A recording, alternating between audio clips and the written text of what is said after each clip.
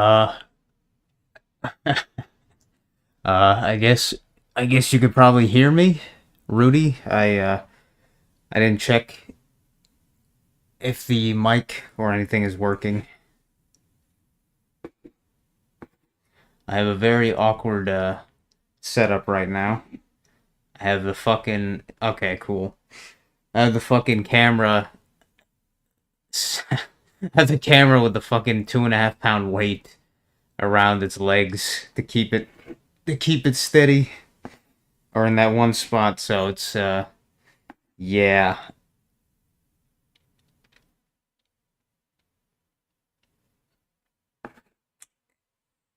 Yeah, I don't know why I decided to stream or whatever. I was like, since Billy did it yesterday, I was like, well, it's a little bit late. If I'm gonna do some drawing practice, I guess I'll try and do a live stream bullshit as well. Fuck it, because God knows I don't feel like recording this just as a separate video thing. So whatever. I what do you call it? I never did a live stream before, so guess it's not that hard, but a little bit awkward the way YouTube has it set up. Kind of like it's like, oh yeah, don't worry, you won't go live. Well, then it's like, well, it goes live, but it goes live when you're not expecting. It goes live when you're not expecting it, and then you're like, okay, I can't just really shut it off without just ending the stupid stream. Now I know why people have lots of times where they start a stream and then they end it like 20 minutes later and then restart it again. Because it's a little fucked up. But it could be worse, I guess. I'm not using just YouTube, I'm using OBS because I think otherwise it would only use the webcam as well as the webcam's mic, which is pretty shit. Yeah, I don't know what I'm practicing here. I'm just drawing shapes and shit. And I don't think the camera can barely pick up any of this anyway, so not like it fucking matters. Excuse me.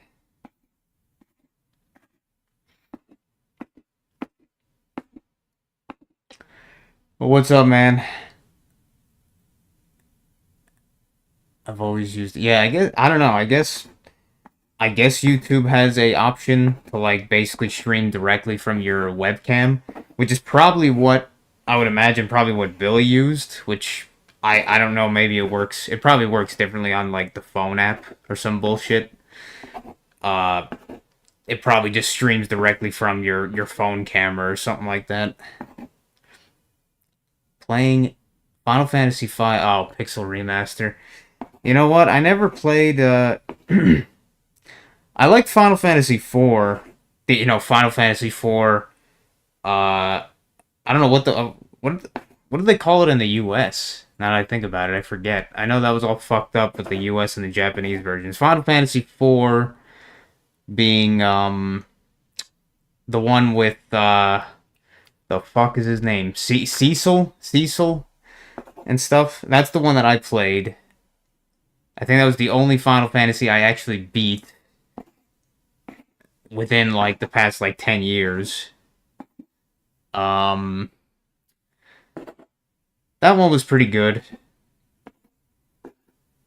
Uh my handheld, but I think YouTube changed something and that outdated version of Streamlabs on Android doesn't work, so I can't stream directly from the device. Oh. Yeah, Final Fantasy, it's kind of weird, like uh I could see the appeal of most of the Final Fantasies to some extent, especially especially if you were there for it, if you were there for when they were originally released and all that bullshit, especially. But as like modern titles, Final Fantasy One, not okay by modern standards, Final Fantasy One kind of obviously seems pretty kind of ass to play.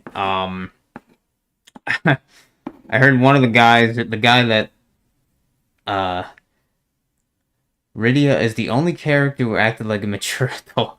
Uh, yeah, I'm trying to remember. I know that, yeah, pretty much.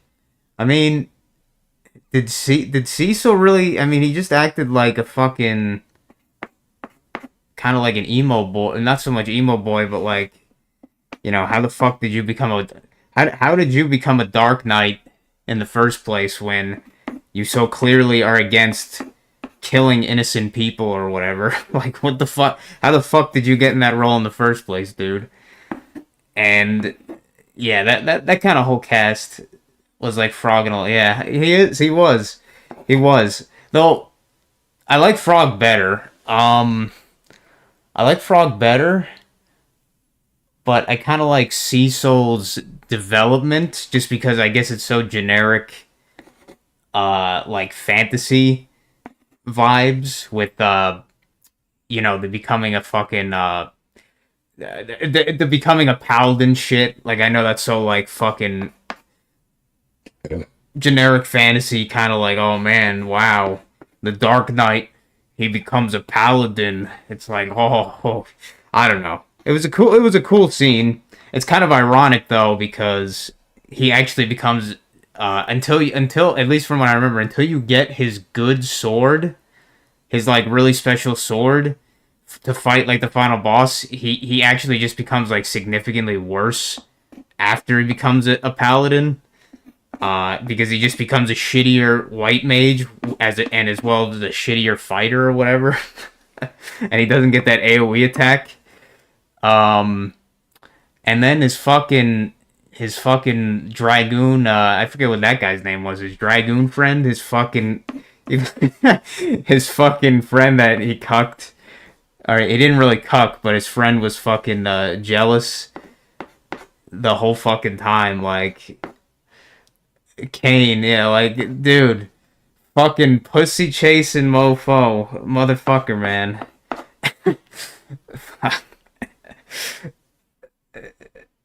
Yeah, really, he's the fucking. I mean, like Cecil wasn't even trying to do it, but he basically was like cuck mentality. I forget. Does he die in the end? No, he doesn't die. I don't think anybody dies besides the bard's like girlfriend for whatever fucking reason. Like I like that game's story, but that it was I like that game's story, and I like the fact that it was kind of like at least the guy who wrote it or whatever, like the story, at least from what I heard from a YouTube video or whatever, as far as that goes, the guy was like a fucking playwright. Like that was his thing. He wrote like, or he did like plays, and like he was like a theater kid kind of shit. So the game's story played out more like a school like play or theater or whatever. In the end, so then like at the end, it's like, oh, the curtain bike bike cuck. Oh, bike. Yeah, but the fucking yeah, it was like a playwright or whatever, the guy who wrote it, and I honestly think he wrote. I mean, it wasn't like some revolutionary story, but I think it was a pretty good like story and play and all that bullshit in the end. But the fact that everybody like lived in the end, it was like basically the end of like a theater play. It was like, yay, the curtain, the backstage curtains unveil, and like everybody's waving, hi, thanks for watching, everybody. It was like, it took away so much of the, and I know it's a fucking like, it's not a fucking, it's not some like dark fucking fantasy game they're trying to do there. But at the end of the day, like the characters that made their sacrifices, they fucking made their sacrifices, and then you're just gonna like say like, oh yeah, by the way, everybody lived, nothing wrong happened, so like the guys sacrificing themselves meant nothing really.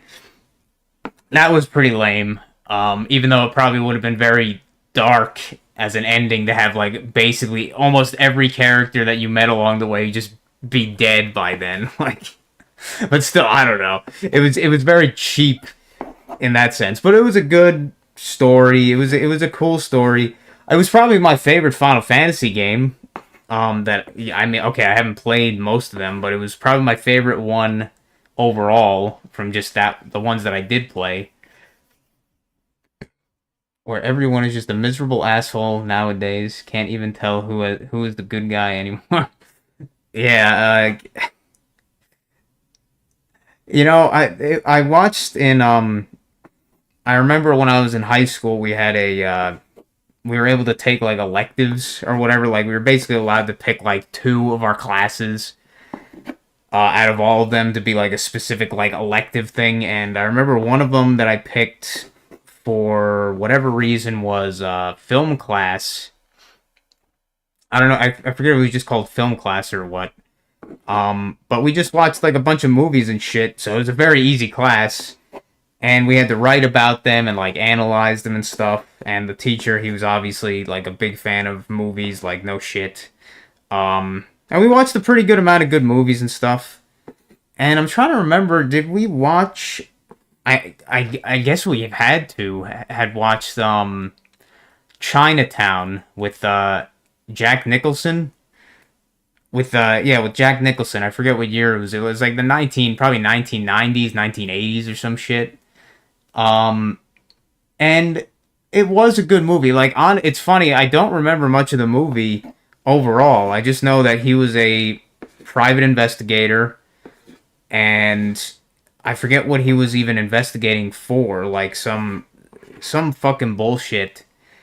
And at some point, he gets pinched by the people that he's like basically kind of spying on, the goons, and they like cut his fucking nose. So like the rest of the movie's got a fucked up nose and shit. But then in the end, the girl that he was like trying to kind of like protect or something, I don't know if she gets killed. She might have gotten killed or some shit. And then the bad guy, quote unquote bad guys in that situation, they just get away in their like getaway car, and like nothing gets resolved for the character like Jack Nicholson. Like he's basically left pretty much fucked.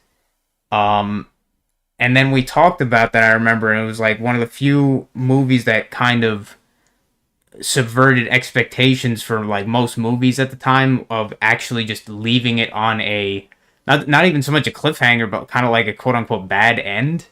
And I'm not gonna say that that's like how media should all be. Obviously, it shouldn't, because I think that would be kind of shit.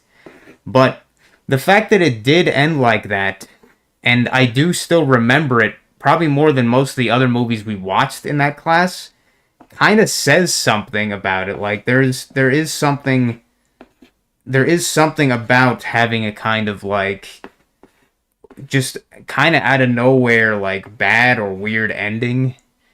Bad or weird ending. Not that I'm saying that like say Final Fantasy or Final Fantasy 4 should have had like a bad ending, but I kind of think that they should have fucking they should have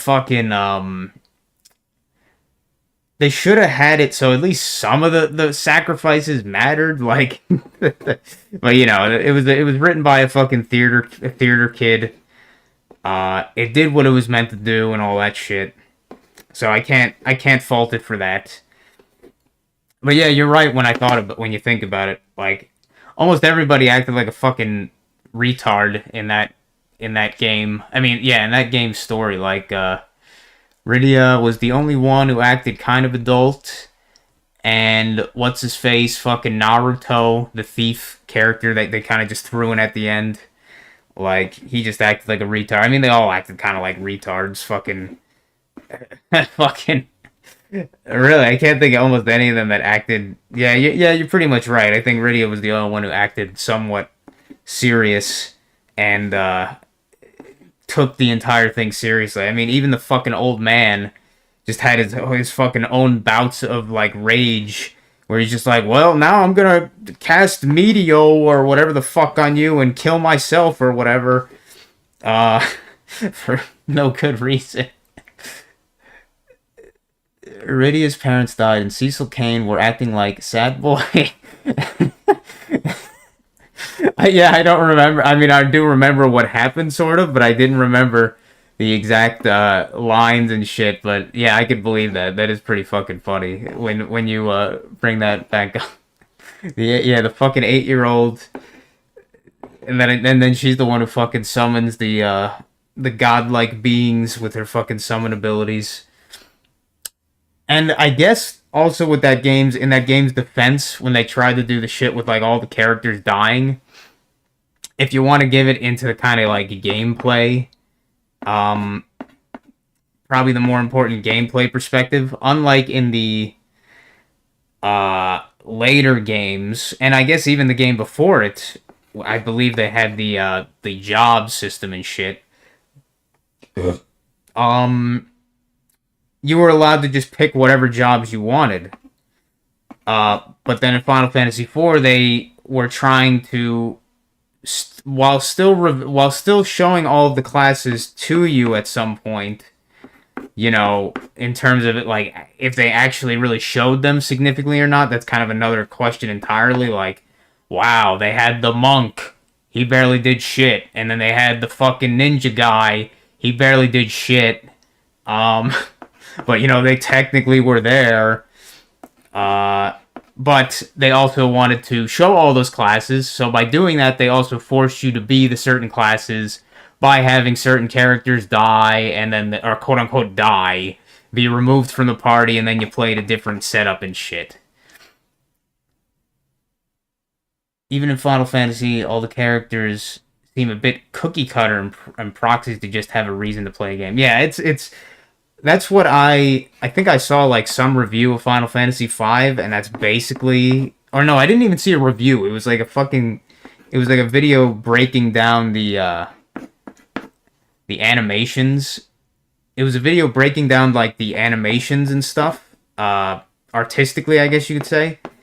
And that's one of the things I have to give Final Fantasy V, is you got to give them credit for having each individual character, with the different classes, have a different sprite. So it wasn't, I think that's how Final Fantasy 3 didn't have it, where so it was like basically just a bunch of generic characters without any like, their class became their character sprite.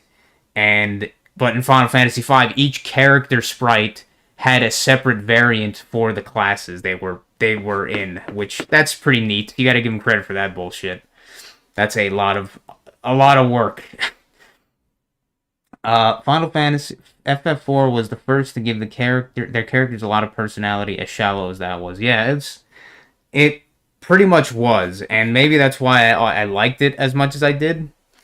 I'm guessing Final Fantasy VI did that as well. And I forget if I mentioned this. Oh wait, you probably didn't even see that yet, because I think that's in the latest Chrono Trigger series, like at the end. I might mention Final Fantasy VI. I never played Final Fantasy VI. I've heard so much about it, and I've seen lots of spoilers about it and shit over the years. I think Final Fantasy VI is when I kind of stopped giving a shit about Final Fantasy's like aesthetic generally, or like its theme, kind of like I didn't like the direction it was going past that, or in that and kind of past that.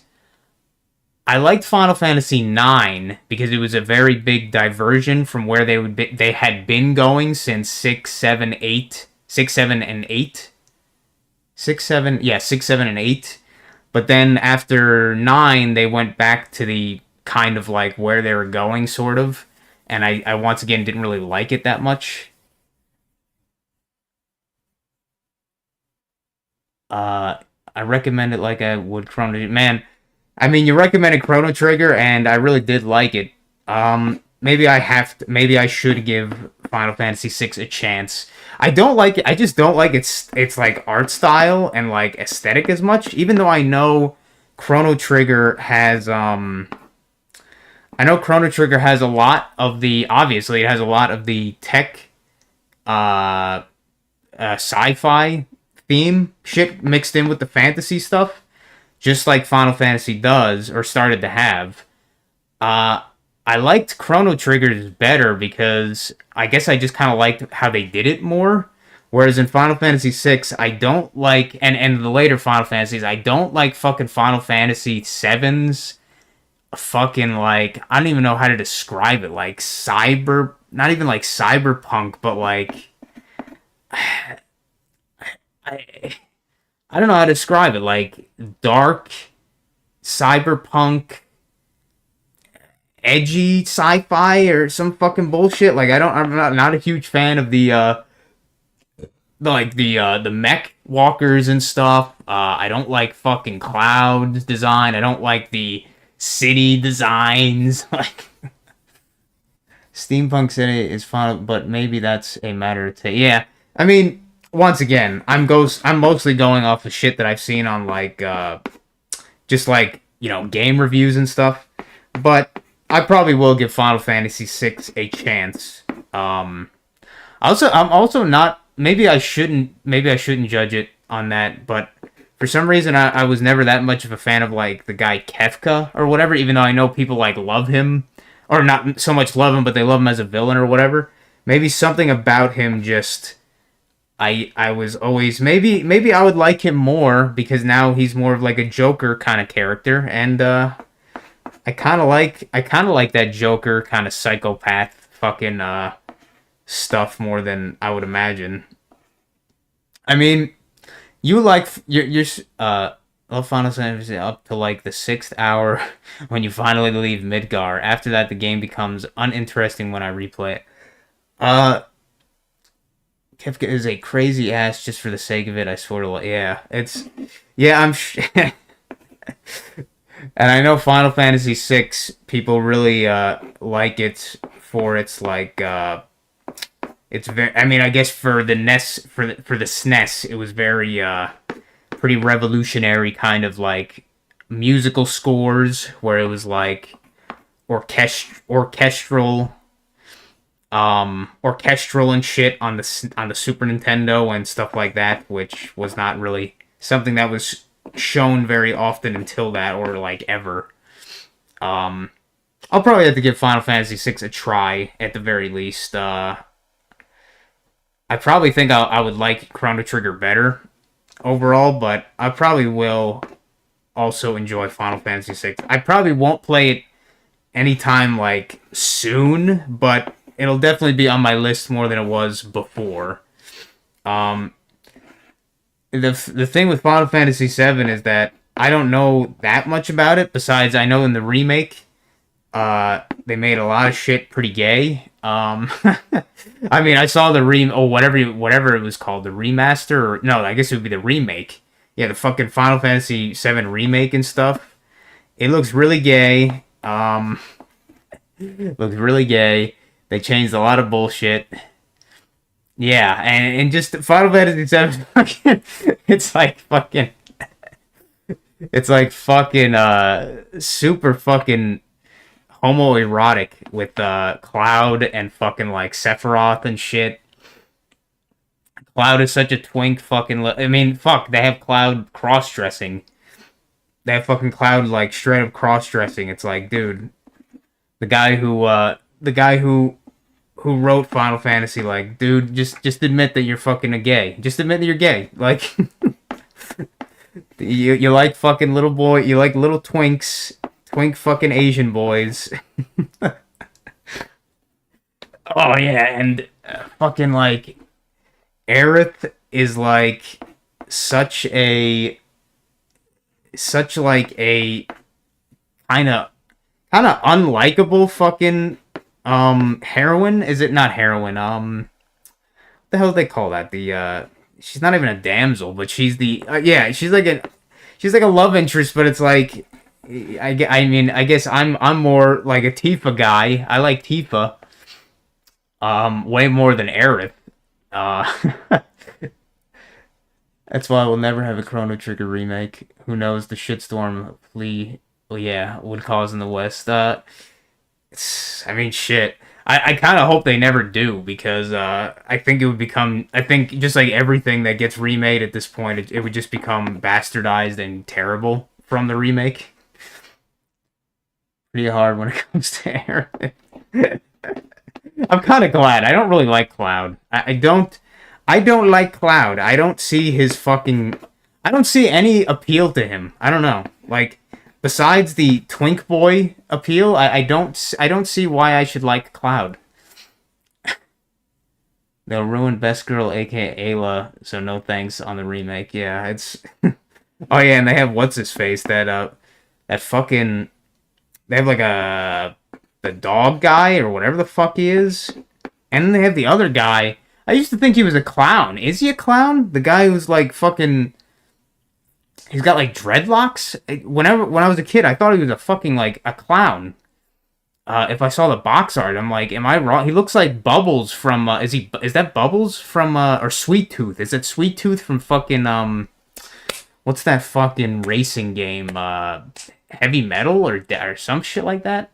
Dog guy, yeah. And Final Fantasy VII, isn't there the dog guy, the furry, the guy that is he a cat? Yeah, Twisted Metal, Twisted Metal Sweet Tooth, the fucking character in Final Fantasy VII. Oh no, wait, that's Final Fantasy IX. I'm sorry, that's Final Fantasy IX has the dreadlocks guy that I thought looked like a clown. Final Fantasy VII has the black dude, the cat. I guess he's a cat. Cloud, Aerith, Tifa. I guess Ayla. Oh wait, no, that's a different one. Amaranth is the dreadlocks. Yeah, that's from that was from 9. For some reason, I thought he was from fucking 7. But yeah, I thought he looked. I'm like, is he a clown? Like, I think he's supposed to be a fucking clown. Maybe he's not, but he's got like fucking weird ass skin that it looks like he's fucking wearing white, fucking makeup.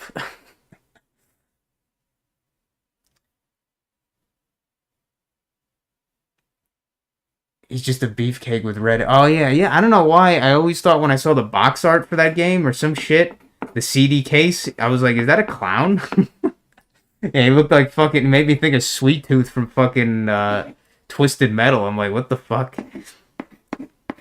But then I found out that he's just like an emo kind of, or he's like a fucking. I don't even know what the hell he's doing in that story. Final Fantasy IX story is even more fucking weird than the other Final Fantasies.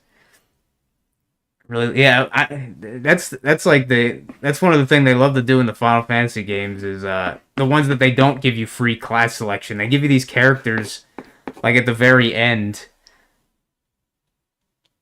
He's a weird character. Yeah, I don't know what the fuck was up with that dude.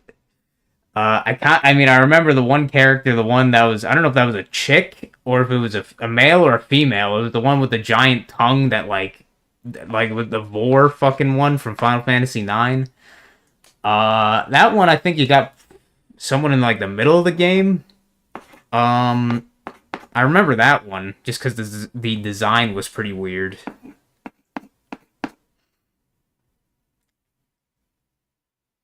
Yeah, I think that was the one. And then there's the furry rat girl, which I thought I had no idea.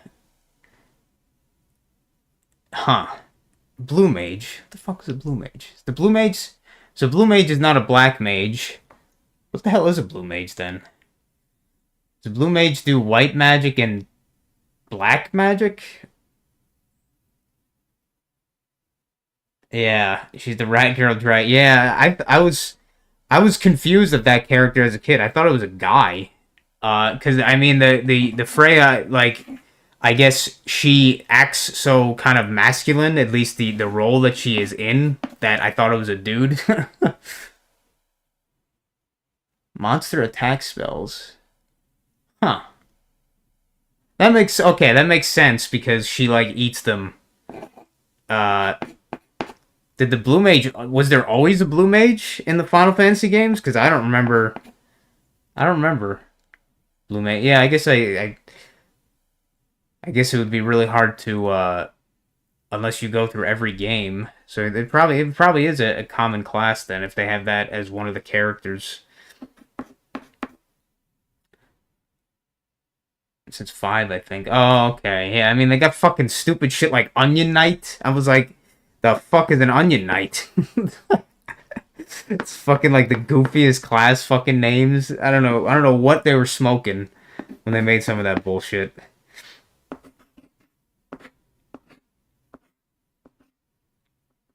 Yeah, I don't know why I'm even I don't even know why I'm bothering drawing right now, but I mean, I'm still doing muscle memory even if I'm mostly just talking. This is why I shouldn't do live streams because I can't get anything done because I just don't shut up. Onion Knight has a gimmick that makes it strong, but I forget what it is. I'm gonna get. I remember my previous friend. He told me some shit. This is a long time ago. He told me some shit about like Onion Knight. That's the only reason I know about Onion Knight. Some shit like I think if you get like them super high level, they like maybe they scale super hard or some shit like that. I don't know. It's something stupid. It's something stupid and as you said gimmicky. So it's like fuck if I would know what's special about it. And I'm not like I like the idea of having custom class like jobs and stuff. It's kind of almost like a Western. It's kind of almost like a Western RPG kind of philosophy where you kind of make your own characters and shit. But at the same time, it kind of just like you're probably just gonna get one. You're probably just gonna get one party composition that you like, and then just stick with that, and then probably never change. Like, and then you just have so many of these fucking classes nobody's gonna use. Yeah, Final Fantasy 11. If Final Fantasy was that one, did they is the current MMO? No, it's Final Fantasy 14 if I'm not mistaken. That's the current MMO that actually is being like still updated and shit. And Final Fantasy 11 was the MMO that died and then Final Fantasy 14 was like um this kind of the sequel to that MMO. I could be wrong about that. I forget.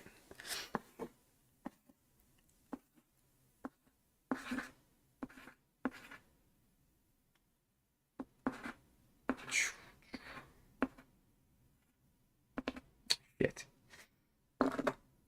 I need to sharpen my pencil soon.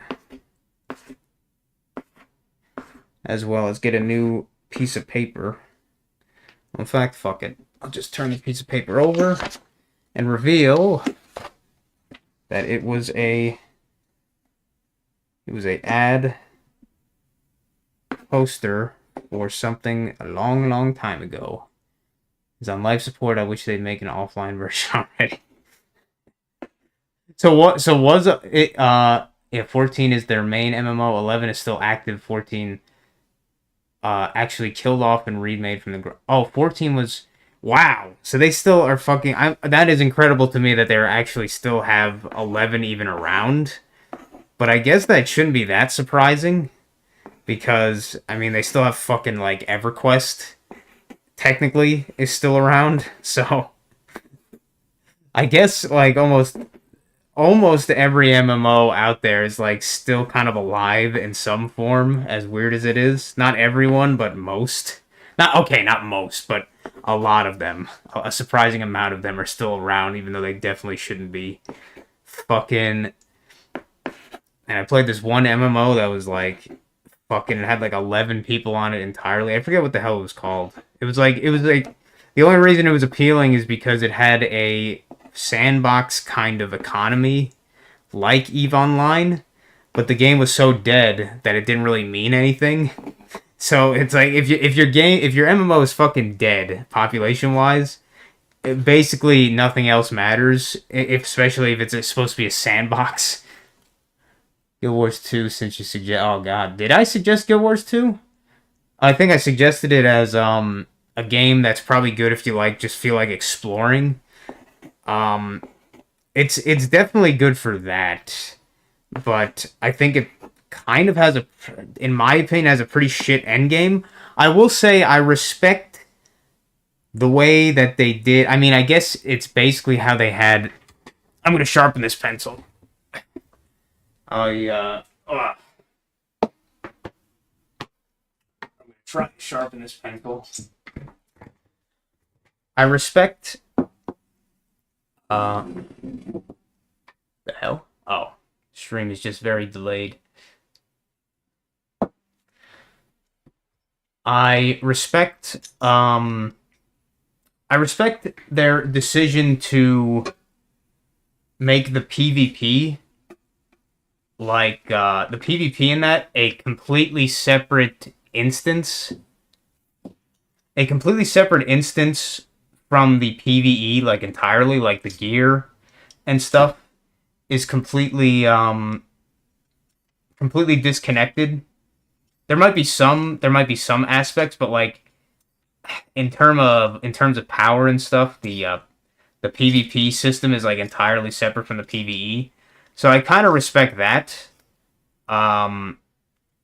because I think it's pretty gay in, like, WoW that I think the PvP stuff in WoW is pretty gay overall because it basically just becomes, well, okay, maybe not in modern WoW, but in, like, classic WoW especially, it's like the best people are the ones that have the fucking rank 14 gear or the PvE raiders, because it's it's a lot of it's fairly heavily skill based, obviously.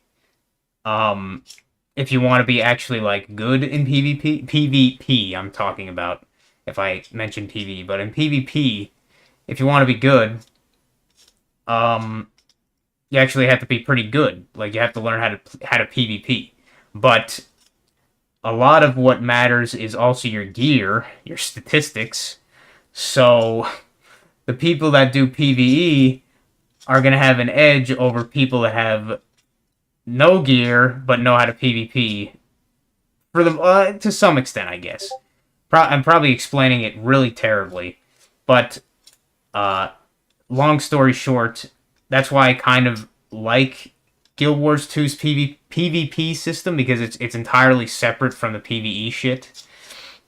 And it's mostly objective based, which I like that, but not enough to play the game.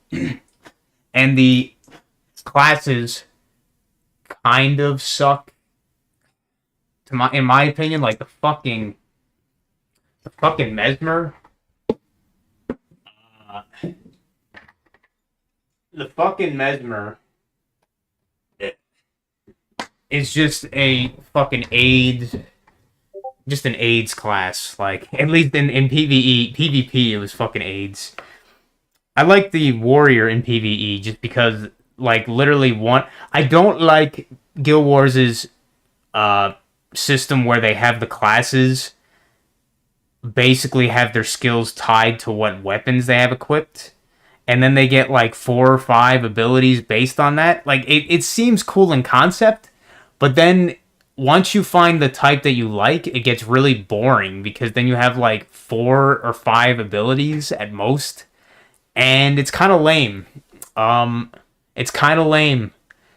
Like, yeah, you could switch your weapons and stuff, but yeah, I don't know. It's a cool game. I think if somebody was gonna play an MMO just to have fun, I think Guild Wars 2 is probably a good option, but it's definitely not one that I would stick around long term for. And the dungeoning is kind of shit. The meta is kind of shit from what I remember.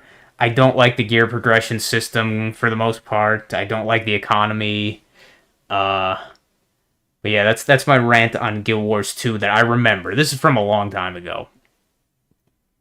Sorry, I wasn't reading your message because I was sharpening my pencil. Actually, this is probably the sharpest point I got it to somehow. I was, like, just kind of fucking half-assedly sharpening it.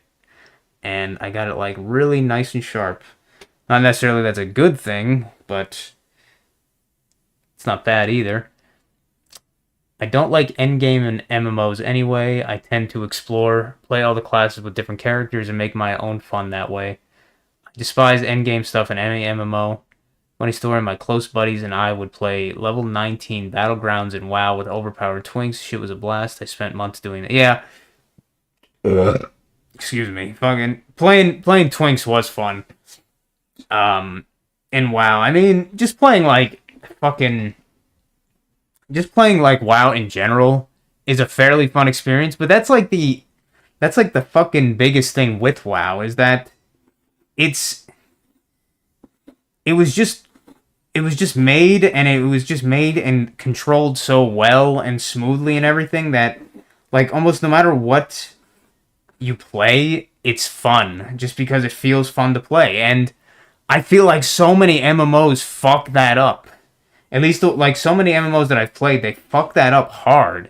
Like Elder Scrolls Online, I remember playing that for a while when it was actually in a state that like wasn't kind of ass, but it also was like in a state that was sort of ass. So it was like in between. But I was playing it at some point, and it's like it just felt so like floaty. It felt so floaty, and it felt so unimpactful. Your attacks and like everything like that, and the movement and shit. And kind of similar with Guild Wars 2. Guild Wars 2 was a little bit better on that in that aspect, but still, it felt fucking floaty. It didn't feel great. And why? Just out of all the fucking games, out of all the MMOs, especially, or out of all the MMOs, definitely, WoW was the one that played the fucking best, just in terms of like pure control and everything like that. And somehow these stupid ass game developers or whatever, they just fuck that up. I know it's not easy to make something that is like controlled smoothly and stuff because I've tried that or I've worked on that kind of stuff. I know it's not easy, but that should be your first fucking goal is make it so your game feels fun to just play and move around in and like control and use your abilities and shit. If it doesn't, then you need to go back to the fucking drawing board. Once again, I just rant there, but on my opinions on game design, like if your game doesn't feel good to play, you fucked up. My rant about Chrono Trigger feels like the last RPG where it felt like I had fun and yeah, I don't know, like that was a surprise playing Chrono Trigger and being like, wow, this feels like pretty much not like not like the absolute peak of polish you could possibly get, but I think especially on like the Super Nintendo for a JRPG, it feels like from what I've seen probably one of the most polished JRPGs on the system. Probably is the most polished JRPG on the system overall. It's debatable. Obviously, like if people say, "Oh, it has the best story" or "It has the best whatever," but I think just in terms of production and polish and overall like game feel, it probably is the best in that sense. And I'll say I love Earthbound. I like Earthbound's story overall better, I think, even though I like Chrono Triggers a lot. But, something just spiritually speaks more to me from Earthbound. But Earthbound, as I said, and as you observed, is pretty primitive in comparison. And I guess it makes sense because, Earthbound was made by probably a very comparatively inexperienced team, just in general. Whereas Chrono Trigger was made by fucking Square, who had fucking a whole shit ton of JRPGs under their belt at that point, so they had the experience. They had the fucking power players on their side for that. That's not an excuse, but that's just the fact. What is it? I'm trying to think of other fucking Lufia 2. Lufia 2, you should try that game if you ever get the chance, if you haven't tried it already. There is something, it feels like almost like Chrono Trigger in a way. It was like almost a more experimental Chrono Trigger in terms of its like gameplay mechanics. But just similar, like almost as polished, not really, but sorta kind of close, a little bit polished. And it had like the dungeons were like Zelda-esque, where it was mostly like puzzle based and stuff.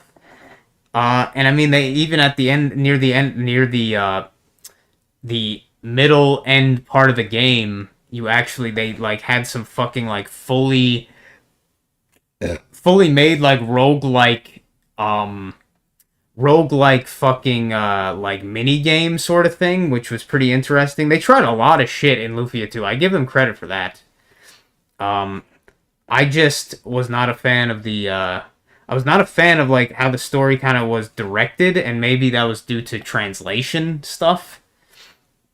But fucking yeah, like I know it sounds like a stupid reason, but the main character, he's like fucking like Goku or some. He's like he makes me think of like Goku in like the worst kind of ways, where he's like, oh man, I just love fighting and stuff. And he had a fucking some chick that was like his that was totally fucking wanted his dick in like the starter village, and then you party with her for a little while, but she doesn't want you to fight. She wants you to basically just settle down and be a family man kind of shit. But then you just say, oh, then you just cuck her and then go out with some fucking like warrior, not Amazonian, but some warrior bitch. And then you have a fucking baby with her. And then the other chick, she just gets fucking thrown to the wayside. I'm like, I like the first chick better. Fuck this other cunt. Like, fuck this other cunt. I was just like, man, that's fucking bullshit. They cucked the best girl, in my opinion, in the game. She just wanted to start a family. And I'm thinking I forget if the story, you kind of caused the reason for the villains to even come out or some shit. So it's kind of your fucking fault, I think, in the end. And then it gets really cheesy in the end. It's just like, Goku Chi-Chi was such an awful, yeah, an awful person. uh, yeah, I mean, she pretty much was. But at the same time, I guess Chi-Chi got to give her some slack in that. I guess her father was like the king of like oxen or some fucking the ox king, that was it. He was the ox king or some shit. So she was like a fucking like half demon or some bullshit like that. I don't even know. She was some shit like that. But yeah, I didn't like that Lufia in Lufia 2 cucked the first girl that was crushing on him in the first city or the first town or whatever. I didn't like that. I didn't like that. And I didn't like the cunt that he decided to fucking literally just have a fucking baby with. And then she just becomes oh my god, my baby, we gotta get our baby back. Want my baby back ribs. But I think Lufia 2, even with that gripe, I think it is definitely a cool game. I think they put a little too much emphasis on the system that they have where you have magic items that you can equip. You have magic items that you can equip, and that's how you could cast like healing spells and various other spells on different characters that don't have those abilities innately and shit. So you can have like a shirt, but I think that's partially like what they were trying to do with almost the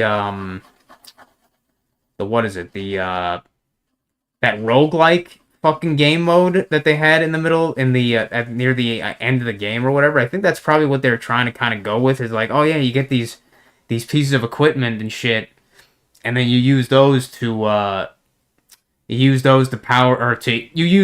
as a supplement for your characters not having certain abilities and shit.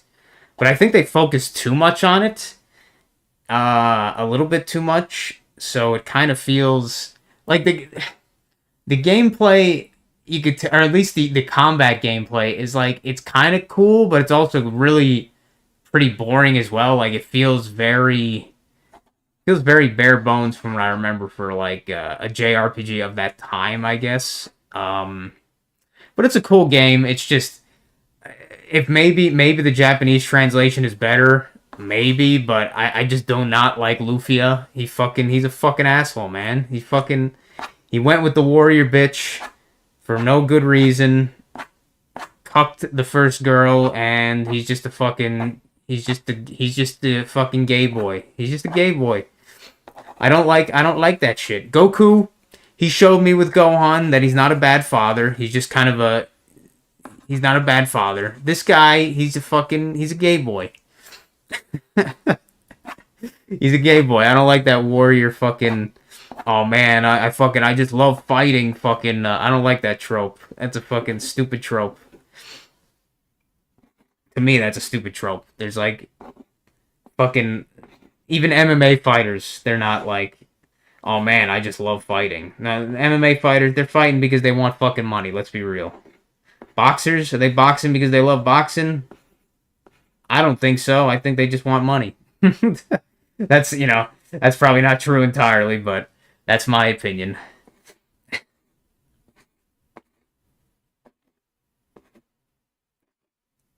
Man, I don't even know what I want to draw. I'm just fucking talking while mindlessly drawing fucking circles.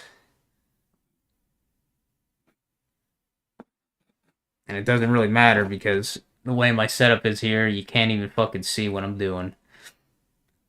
I think that trope is kind of missing in I think that trope is kind of missing in the West outside of movies like Rocky. Yeah, like I don't know. I can't think of like I don't know what the hell the Japanese fascination with that is, where it's like I just love fighting. I just love fighting. I'm trying to think of some shit that we would ever have in the West that was like that, where it's like I just love fighting, man. I'm just so passionate for fighting. I mean, maybe all the goddamn war movies we'd have. See, a Goku Vegeta kind of character in a movie who just wants to throw down for the hell of it all the time. Besides, yeah, I guess besides like fucking just like as Billy would say, like these fake tough guys or whatever, like those kind of dudes. But you don't really see those that much in movies. Besides, as guys that just get their shit kicked in for the hell of it. Um, Now I'm trying to think of like other shit outside of Dragon Ball and anime that's like that. I mean, I haven't watched shit like Bleach or whatever, so I don't really know how any of those characters work. Like, I know in say like One Piece or some shit. I don't know very much about One Piece, but I know that Luffy, he's all about, man, I want to be a pirate, man. I want to be a pirate. But he doesn't necessarily just want to fight. Yeah, I don't know why it's so common in anime. Because it's certainly not common in Western media. That is an interesting thing to kind of consider. I don't know why that is. Because you got I mean, that's like a whole fucking that's almost like a whole like genre of anime is like shonen. I mean, the shonen necessarily have to be fighting? Not really, but it almost always is. So, but that's like a whole genre of anime is like shonen. But then again, you also have shit like whatever it's called, isekai or whatever the fuck it is, the gay shit where they're like, oh man, I died and I was reincarnated in a different fantasy world as like a super. What was it, like that one where the guy he becomes like a lich or some dumb shit?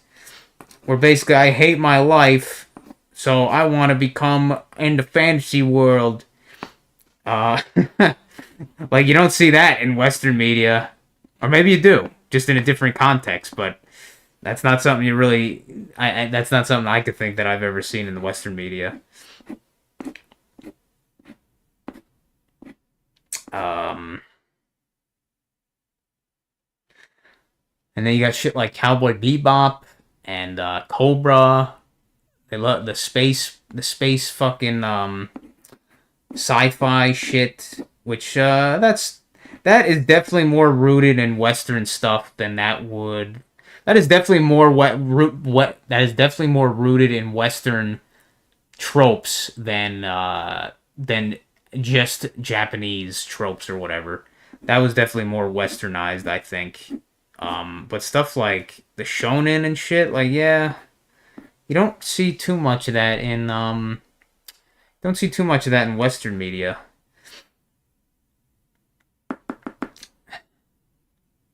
And I'm trying to think of fucking shit. Like, I mean, you have superhero stuff, but that's not really the same. Yeah, as they would say, the cape shit. You have cape shit, but that's not really the same. It kind of can be, but it's not really. Like, they're usually not fighting because they enjoy it, but more so. Well, I mean, some of them are, but not. That's not like their main motivation. Like Goku just loves fighting. Like, I don't think Superman necessarily just loves fighting. He wants to protect Metropolis and shit.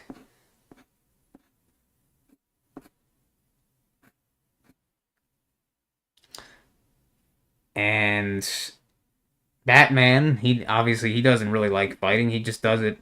I mean, Batman's a fucking retard, as we all know, because it's like, oh yeah, I don't want to kill anybody, but I'm fine with them killing so many people as I don't kill them, as I choose not to kill them. So Batman's just kind of a fucking idiot. Uh,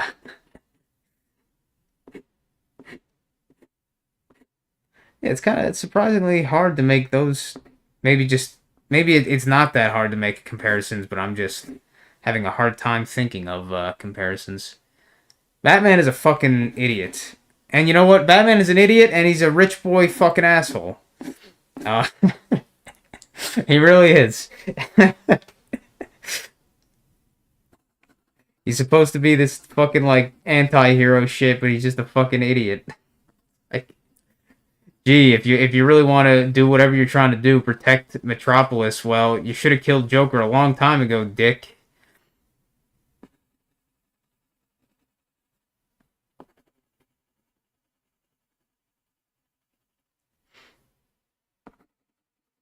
I was never that much of a fan of like DC and Marvel and all that shit. I was never a cape shit fan. Like I'm not gonna say that I like disliked cape shit, but it was definitely never something I cared that much about. I never read comics. Um, I never read comics, and I never like most of my shit was the video game stuff, like Mario. I don't know if I talked about that one time where I was when I was younger. I like wore a hat, and I like wouldn't take it off because I thought I would lose my powers or some bullshit. Like Mario would get weaker when he would lose his hat in Mario 64 or some bullshit like that when I was a little kid. So my role models were more from video games than cape shit, that's for sure. I never stood the appeal of cape shit stuff or Marvel anything. Yeah, like now people are fucking all like, oh man, the hell is it, fucking Invincible or whatever? Like I look at that and I'm like, this looks fucking gay shit. I think I only ever bought one comic as a kid. Had Psylocke on the cover. Was Psylocke? Oh wait. Oh yeah, Psylocke. I was thinking of the guy from Spider-Man, the guy that had the fucking globe on his head. I was thinking of that guy when you said Psylocke, but no, that's the chick. The cheesecake. You know what? I can't say I didn't like cheesecake. I mean, not cheesecake. What the fuck? Um, I can't say I didn't like cape shit because I did like Spider-Man. But I didn't like buy. Not that I know of. My dad, I think, had some Spider-Man comics and shit.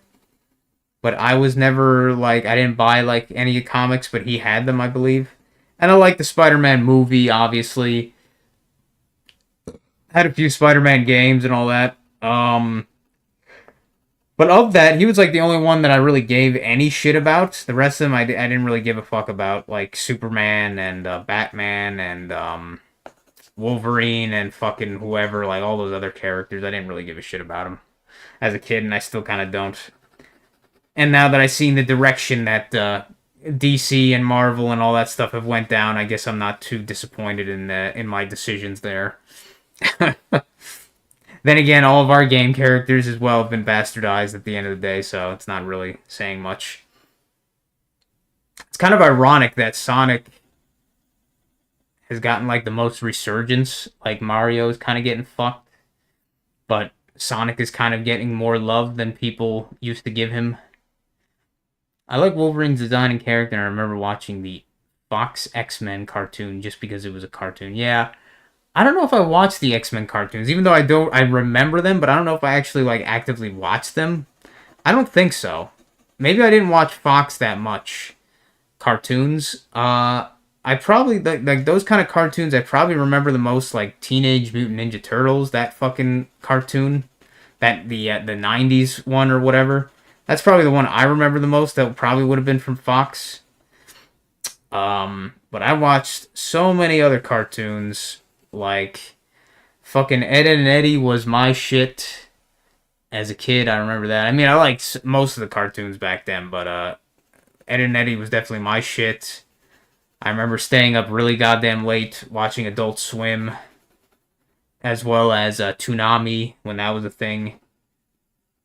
Toonami, yeah, that's the only reason I knew much about anime at all was Toonami. In fact, I actually watched a surprising amount of fucking Inuyasha from that fucking. I find that hilarious now that I think about it. That Inuyasha was basically like a fucking. It was basically a fucking like. What would you call that? Like a. It was basically a anime made for women. Like it was basically an anime made for women, and Inuyasha was the like the eye candy or what, not even whatever you call that. Like it was made for like women, but they showed so much Inuyasha as if it was like a show made for like guys as well. I don't know, like, but when I realized now, I'm like, yeah, fucking Inuyasha was a fucking. I mean, it was illustrated. I don't know if it was written by a woman, but I'm pretty sure it was. It was totally made for women. I think that was around the time when my wife and I were living in a small building with only a TV and a PS2, so I missed out on a lot of Adult Swim stuff around 2007, 2010. I'm trying to remember when the fuck I was watching that stuff. It might have been around that time actually because yeah, that was a long time ago, like over 15 years. That means no, I think that would have been even earlier than that. Probably like early 2000s is when I was probably watching Adult Swim still. Same lady who made Ron. Oh my god, yeah, fucking. I didn't know any of that about Ranma or whatever. Like I didn't know that was the plot of that show the entire time. Is it's a fucking transgender fucking thing or whatever. Like it's just straight up like the original transgender pushing anime or whatever the fuck you want to call it. I was like, what the fuck?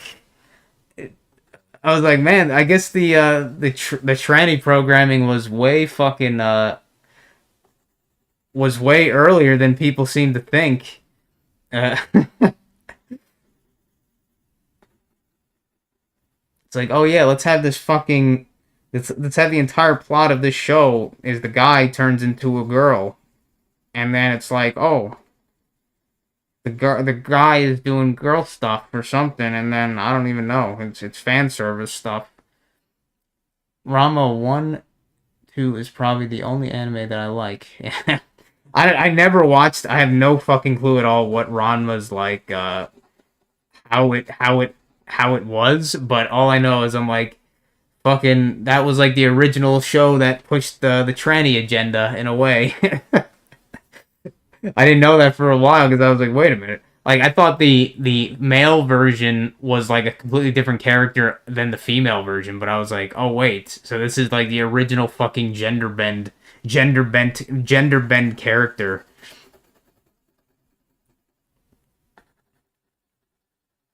Fucking from what I remember from Inuyasha, like it wasn't like a terrible show or anything, but it was just like, yeah, it was clearly made by a woman for women. At least the plot with fucking Inuyasha and Kagome or whatever.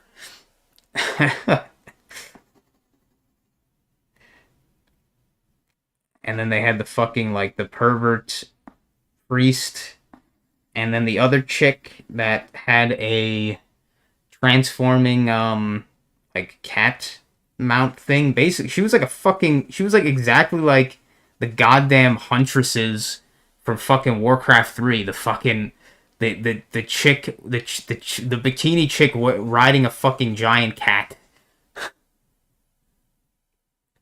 Yeah, you're probably not missing much, honestly. Like, I don't think it was like a bad show or whatever, but then again, I also did, now that I'm remembering, I also did watch shit like that, like the 4 Kids stuff, like Yu-Gi-Oh, the original Yu-Gi-Oh cartoon that was aired on like 4 Kids and shit, as well as like the original Pokemon anime and stuff. So my standards for what is a good whatever is probably very low, or I wouldn't consider any of it good probably, but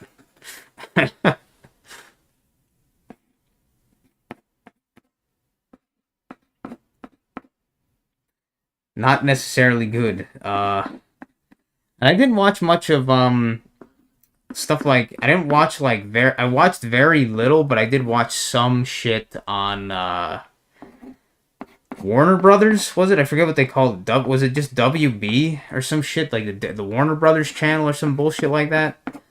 I didn't watch much Disney Channel. I know that my cousins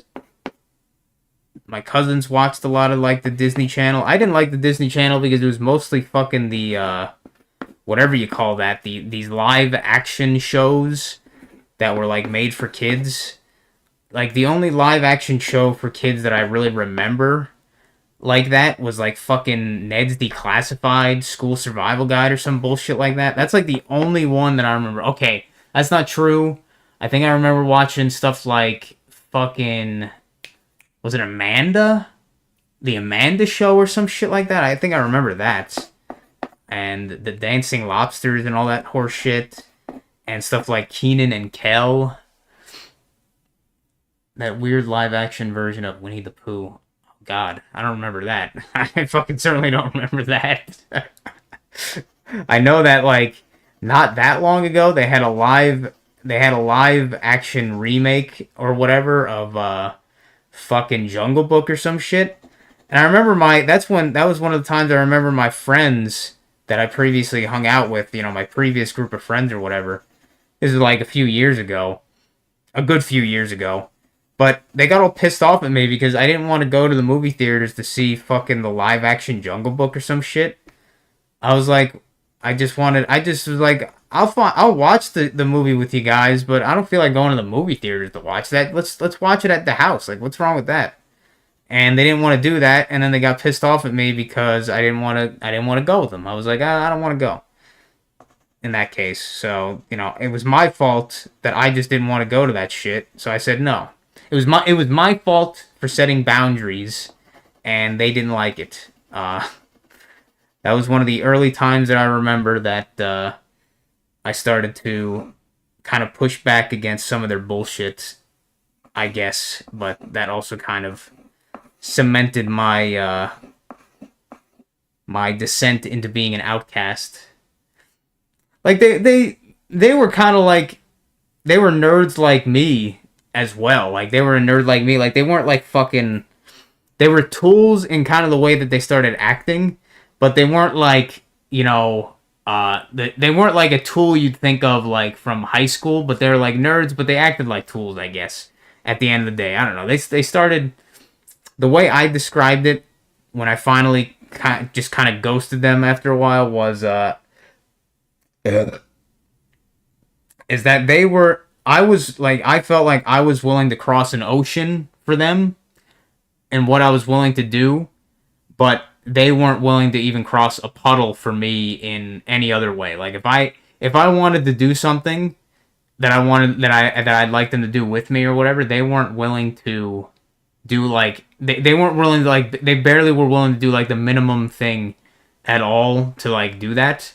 But then I'd be willing, like, almost up for anything, and I'd go out of my way to kind of get to do whatever. I just wanted to hang out with these friends, and I was willing to just do whatever. I wouldn't just bitch like, oh, I don't want to do that. But then when I did set boundaries, then they started to give me shit. But I was like, hey, well, if you're not gonna fucking do anything that I want to do, then fuck you. I don't know. That's how I started to feel. But then I kind of realized that a lot of relationships are like that, as kind of Billy would say, with the very transactional and stuff.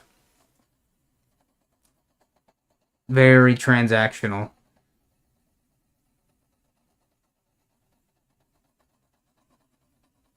But, you know, they're at the end of the day, they were very immature as well. I mean, I not to say that I wasn't immature because I was and I still am, but I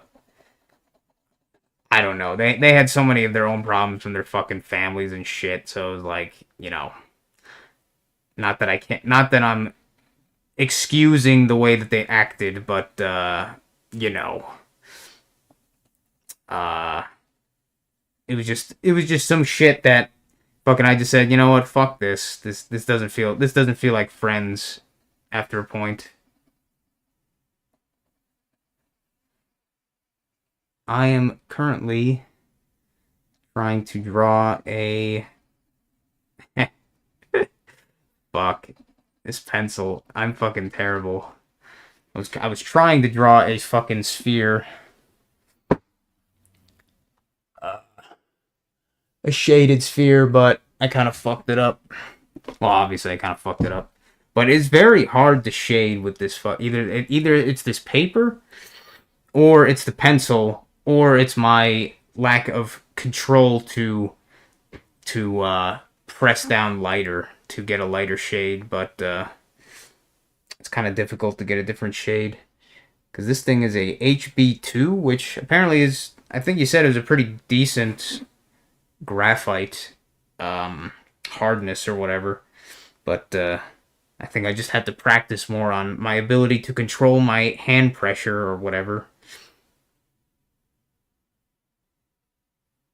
Um, then again, I also don't have a very large amount of what is it, wood or graphite exposed. Let's see. Let me chop it down a little bit more. Well, I'm thinking about it.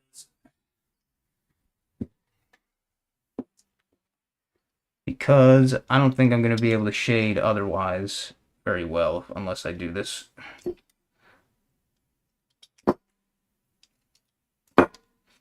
And I wonder if that's like the first thing that any of these fucking like other channels that would talk about like drawing and shit would ever say, like, oh yeah, fuck pencil sharpeners, they suck ass, because they feel more like 4Bs to me. Those particular pencils are really soft. That graphite wears out, so that the graphite wears out. Yeah, I have to, I think I just have to really just press a lot lighter or something. Like, I'm just, my muscles are not trained yet to press, like, so lightly. Oh. Ooh. That's a lot of graphite exposed. Makes me think it's gonna break, though. But, gotta give it a shot. Yeah, I wonder if these art channels, they mention that, like, don't use a pencil sharpener, it sucks. Because that would be... I think that would probably be, like, one of the most important first things to learn is, yeah, to never use the sharpeners besides the very beginning of a pencil, because they suck ass. Ooh. And it's funny doing this, sharpening like this, because it kind of makes me potentially see the appeal of what is it, wood, making wood crafts or whatever, like just chipping at wood. But then again, yeah, I think I could kind of see that a little bit more after doing this. It's kind of satisfying, but then again, the pencils are kind of made of a very uniform, surprisingly uniform kind of wood. So it gets like a clean cuts, sort of. I don't know if other grains of wood and shit really have that. And this pencil is starting to get to like the end of its rope. It's getting pretty small. But like I said, these manufacturers sort of make up their own system for grading software. Yeah, I think a lot of shit does that. They're like, oh yeah, their standards are kind of like just shove it up your ass. Like, there is no standard. They just say it is. You probably have a pretty hard hand still. That's normal. But like I said, all that really isn't necessarily you can get into just drawing things and you'll eventually start to develop control. I mainly just talk about how I learned and trained myself. Yeah. Yeah. I definitely do need to get my hand control a little bit better though with that. But as you said, with like the pen, um, with the pen, it doesn't really matter as much because it's not about how hard you, well, not necessarily about how hard you press, but just how many lines you actually put. And then you give the illusion of darkness, whatever you want to say, of of shading based on how many lines you drew and shit. So in that sense, probably not a pen is probably not a bad way to train shading just for the actual basics of figuring out how to do it properly or whatever. Just because it's more about the where to draw it than how hard you press. I draw with a pen exclusively so I'd forget about this idea of erasing and just start over. Yeah. I have not even been trying to erase at all because one, I don't have the, right now I don't yet have the needed eraser. And yes, the rubber eraser does suck ass quite a bit. So much so that I'm like, I don't even want to bother. Fucking, I don't even want to, as well as it makes a fucking mess. It makes a mess everywhere, and I don't have a nice vacuum, a little vacuum or anything like a mini vacuum to just suck up that eraser stuff, the eraser residue. That point came out not bad. I think I already showed it, but I think that point came out all right. Man, even with the like the lowest delay on the fucking on the not the lowest delay, but like the second lowest delay on the stream settings, it's still fucking crazy how delayed my camera movements are. To I don't know if my voice is delayed. I'm assuming it is. But definitely the motions I see on the camera on the live stream are fucking slow as fuck, or as delayed as fuck compared to what I'm actually doing or whatever. It is very jarring to see that, even though on OBS it's it's 1-to-1, but on the actual stream it's all fucking delayed as shit. I'll try one another time with the circle. I need to start drawing humans more, trying to, but I just I don't know why. I just don't do it enough. Probably a little bit of unconscious fear of failure, probably, because I know that's definitely still a thing, even though it shouldn't be, but it is. It is. I won't lie. But I'm just drawing these fucking sort of stick men, or what? Not even stick men, like vector men almost. All right. Let's see if my pencil shaving method. Oh man. Oh man. I think I probably need to shave it even a little bit different, but I think it is working a bit better. That I have the surface a little flatter like that. I think that is actually helping quite a bit, actually. Nice. So in this case, I think I shaded too much. So it looks kind of weird. But it's definitely helping with the lightness. That is definitely helping. Keep that as a mental note. Keep that as a mental note. Shave quite a bit down into a flat surface for the pencil if you want to get an easier coverage of a lighter shading going on.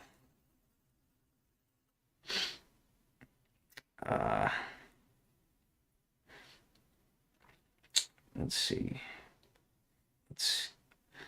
Let's assume the light source is coming from that way. So that means that the shadow would be like around here. So let's bolden that up just a bit for my own reference more than anything. And then let's try to shade that darker around it.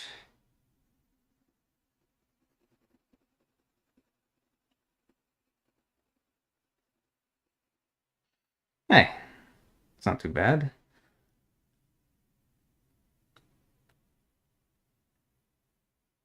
Might have been Jazza Draws.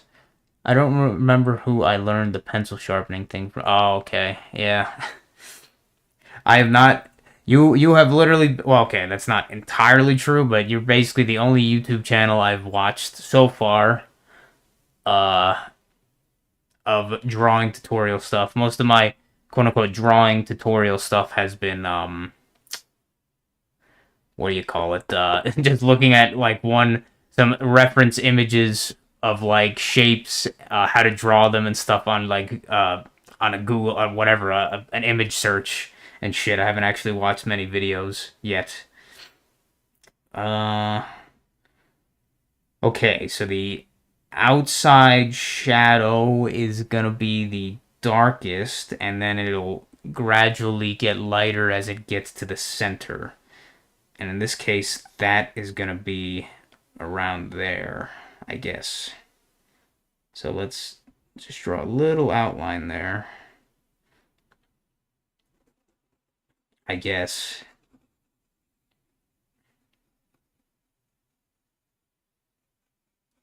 Draw a little outline there.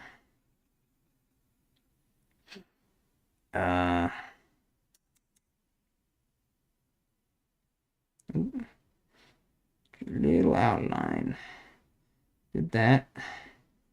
Now, try to go lighter. Still kind of hard to tell. Yeah, it's still kind of hard to tell. Then again, it's once again probably just my pressure. Ah. Yeah, that got fucked up.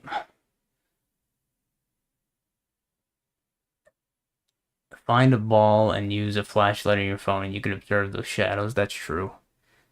Do I even have a ball around here? I don't even think I do. Huh.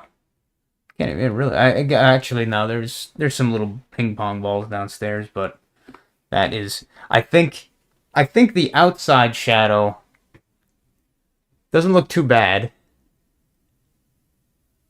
Uh.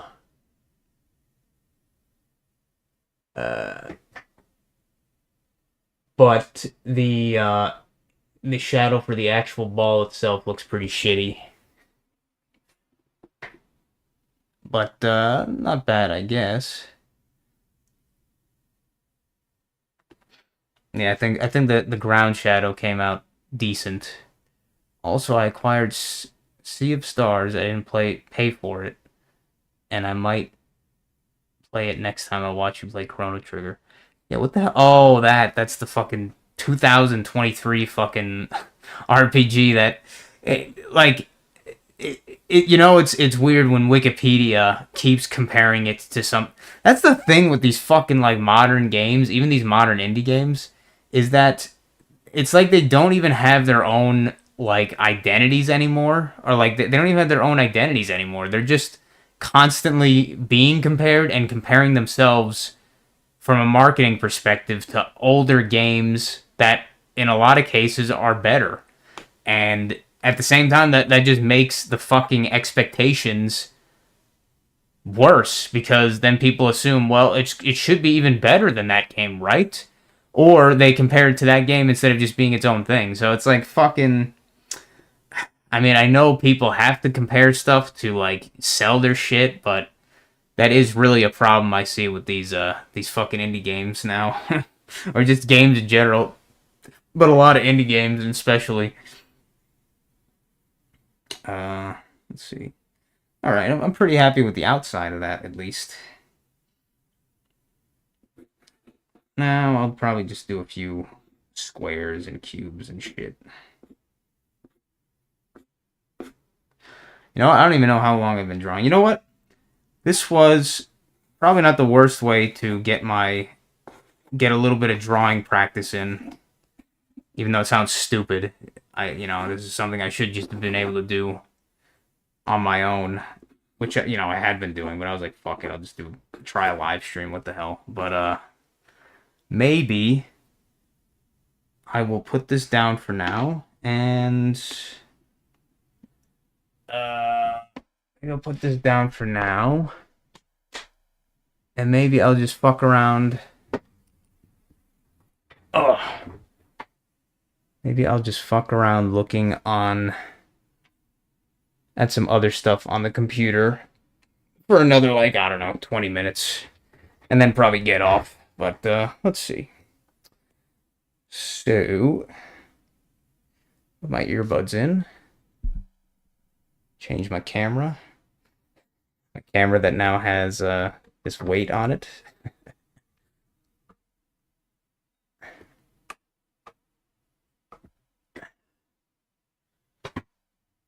Let's see. And change to this.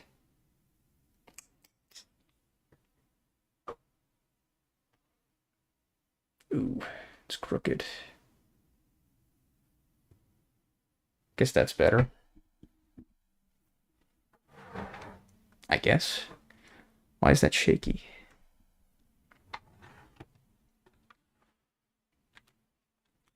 Okay. Sure. I don't know what the fuck's gonna happen, but hopefully that's visible, I guess. Like I said, I played the demo and hated it. It seemed a little too try-hard and up its own ass. Didn't like the characters or the designs. I really disliked that Tumblr art style. Yeah, like, if you... Oh, man.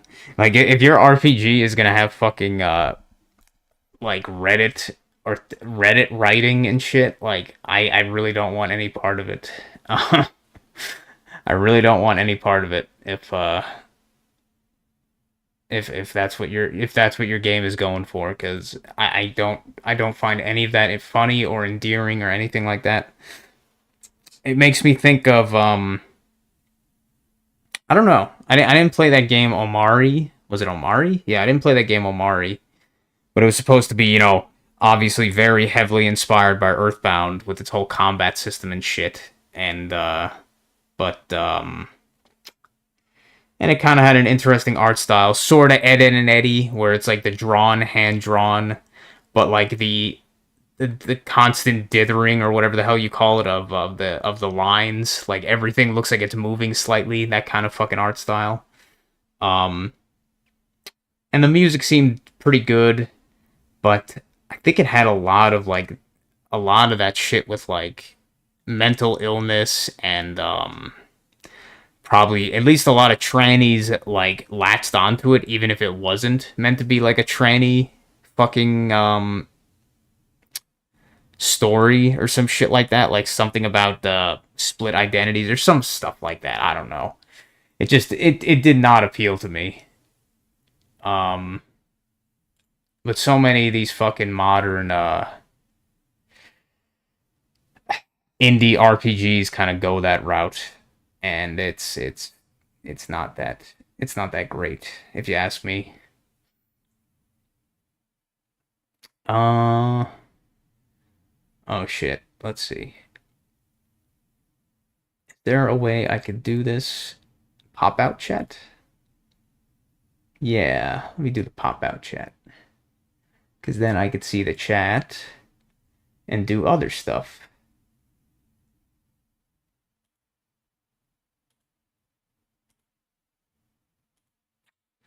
Alright, so what was I gonna look up?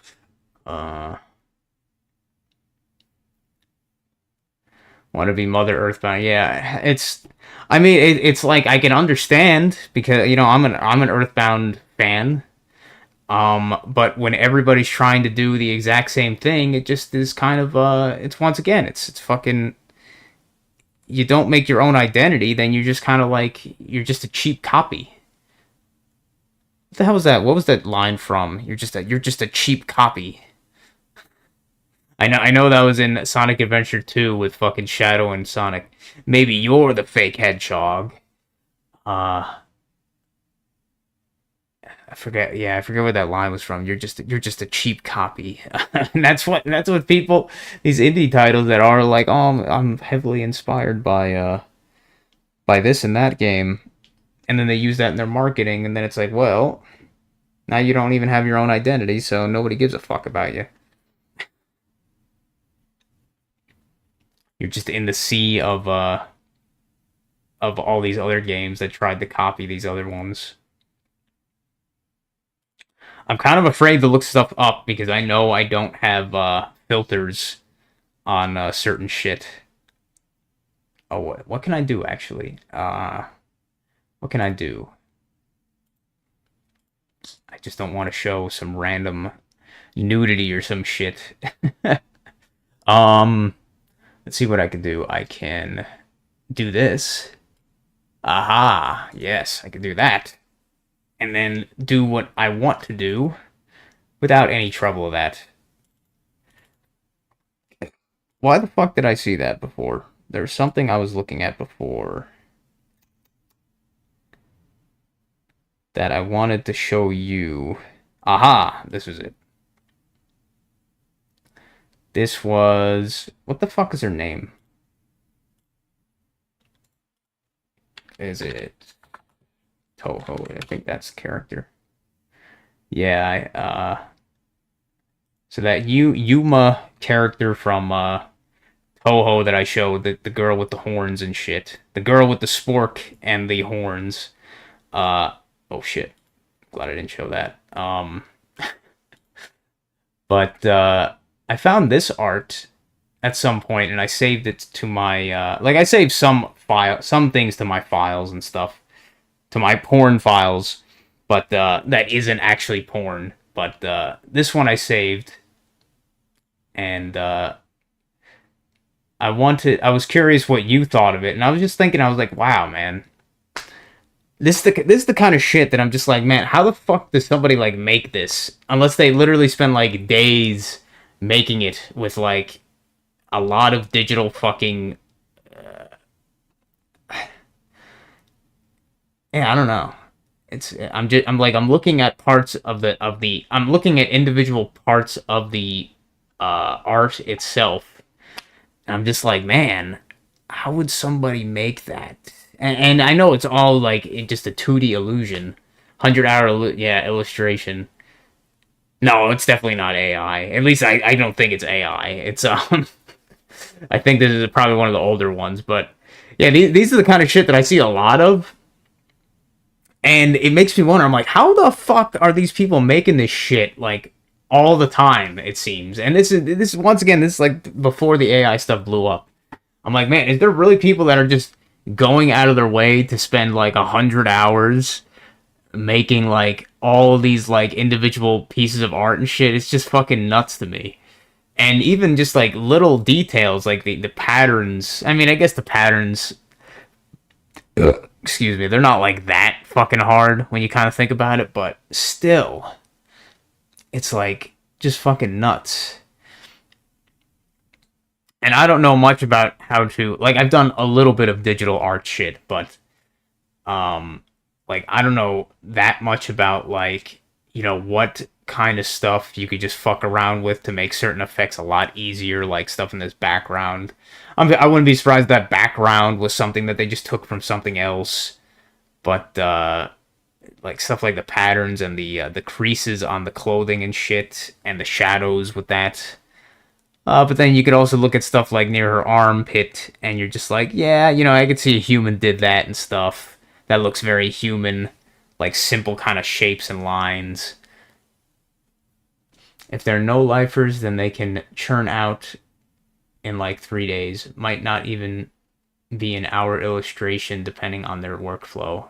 And 100-hour, yeah. Yeah, it is just fucking crazy to see some of that shit. Oh, what was I gonna say from that? Oh yeah, you mentioned. I just want to be clear. Not that I'm one of those people that's like, oh man, I have to give credits for every single thing, because I really don't. But I try to where I can.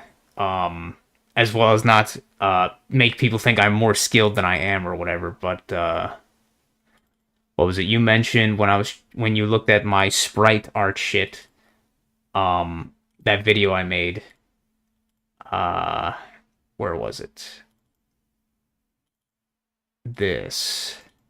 Yeah, this. So at least when you said it, when you said it, it sounded like you were assuming that I changed from this to this. I didn't do this like at all. Just to be clear, I didn't do this fucking thing at all. All I did was I changed the palette and I did a little bit of touching up to make it work with Daggerfall's color palette, because this originally was from from Elder Scrolls Arena. In this that art was originally from Arena. I just modified it to be used to. I just modified it for Daggerfall's palette, as well as I changed it so the material colors. So I did these color changes and shit, but I didn't do the actual like entire illustration here with like this dragon and stuff. I am currently not good enough, I don't think, to do that as it is done here. So just to be clear, I didn't do that. I didn't fucking do that. I just modified that to fit in Daggerfall's palette and the colors and shit. That's it. That's it. Just to be clear, you know, my pixel art is not that good.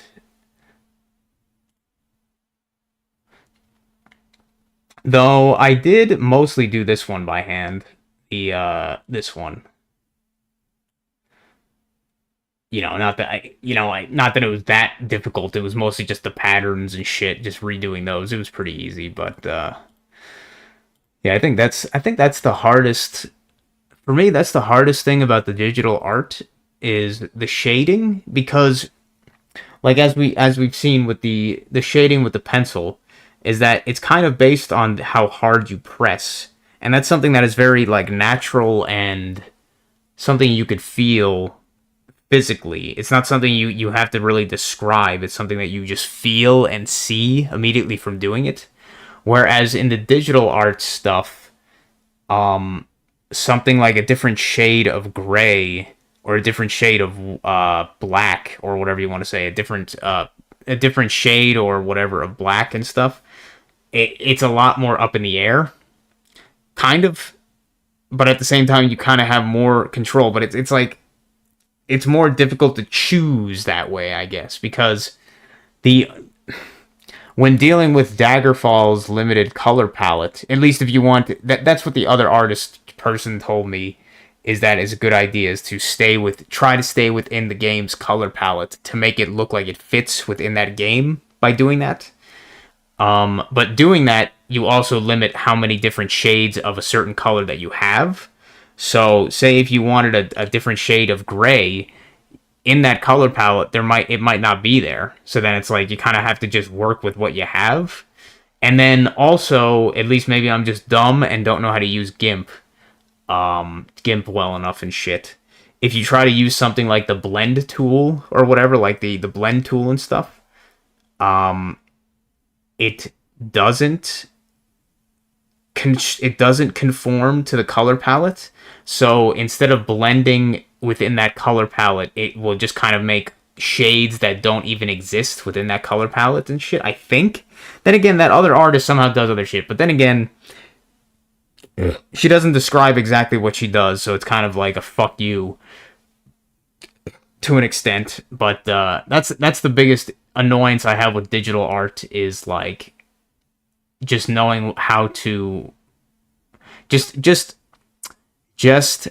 having a natural way to switch from shades. But I guess that's mainly a problem on my side, just because of staying within a limited color palette. I've met a lot of female artists that are amazing at color. Yeah, they all seem to be women. It's the strangest thing. It's probably, I'm sure there's I mean, I'm not one of those fucking Darwin like biology explanation shit, but I wouldn't be surprised if it's some like biological thing, like women have better familiarity or some shit, or better perception of color shades or something. I wouldn't be surprised. She is a very good artist, but she has I've been seeing it with that drama that she had with that other artist or that other guy that made this other mod. She has also a very big ego, in the bad way, or she has a pretty big ego in the same way. Just because she acts civil certain times, when she doesn't act civil, you could say like, man, she's acting like a little fucking baby here. Oh man, I lost a lot of respect for her after seeing that dumb shit. I was like, man, what the fuck, bitch? Stop acting like a fucking Stop acting like a child. So stop acting like a woman. It was funny too because my mom actually said this afternoon, what was it? She was doing some stupid shit, and then we were, I guess my dad said something, and then I said something like somewhat critical, and then she said like, I'm not a child, and then I just basically just retorted back, well, I'm like, well, you are a child, like, like I was just like, it's just completely fucking like, no shit, no, you are a child, lady. Let's be real here, you're a fucking child. That just made me laugh because I think Billy said some shit yesterday in that live stream about us talking about women and referring to them kind of like you have to treat them like children. And I'm just like, well, you are a child. Let's be real. Uh, Man, what the hell was the other thing I was gonna look up? Uh, I guess I'll just look up some other Toho shit. Wait a minute, hold up. Let's turn it to strict for now because I don't feel like getting some bullshit for showing nudity or something. I like this character design. I remember I showed her before Mima or whatever, even though um she is not shown pretty much ever anymore. But people still talk about her. I don't know. I like the ghost girl thing. I like the wispy ghost tail or ghost legs. I guess. Oh,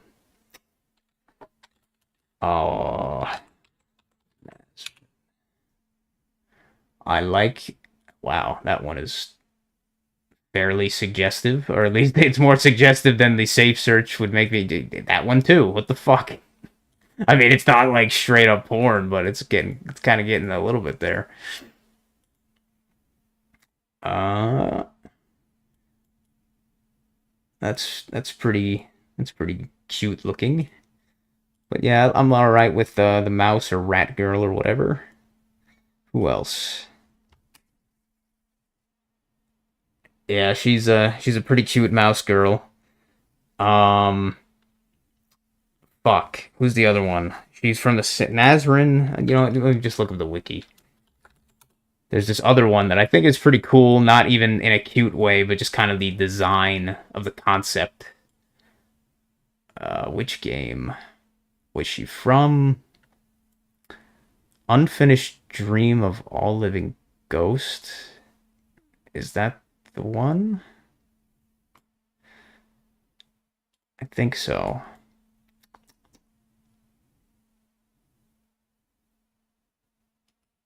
No, that's not her. Not that.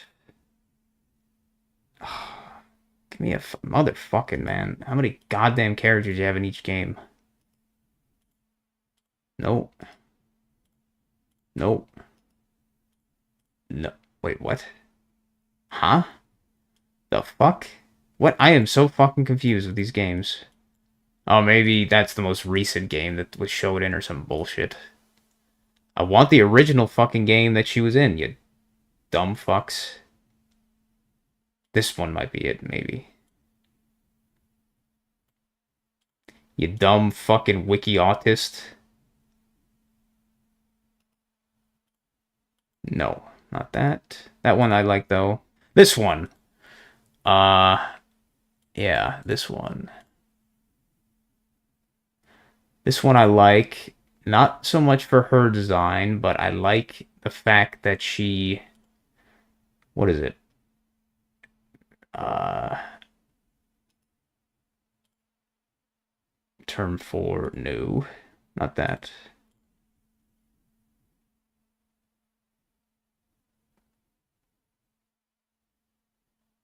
Uh, come the fuck on.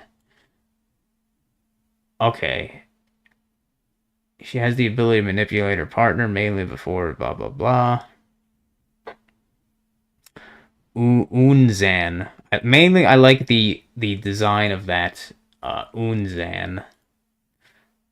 I guess she basically has these fucking like sonic rings or some bullshit, and using the sonic rings, she controls this fucking giant cloud titan thing behind her, and I like that design. I think that's cool. Um, I guess it's very similar to is that Persona? Or is that a different game? I forget where they like have the fucking guardians or some bullshit. It's probably so many animes, but I like that design with this Cloud Titan dude that she controls. Why are all these pictures lame though? I've seen like one picture that was way cooler.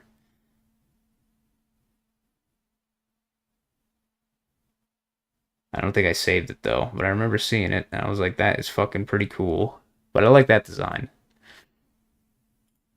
Even though I don't care that much about the actual girl's design, but I like the idea. Uh,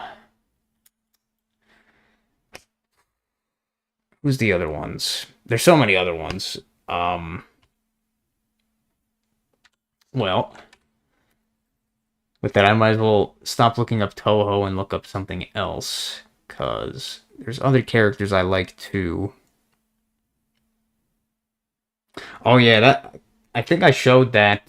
Yeah, I did. I think in the last part of the Chrono Trigger thing, but it was in one of the endings. Uh,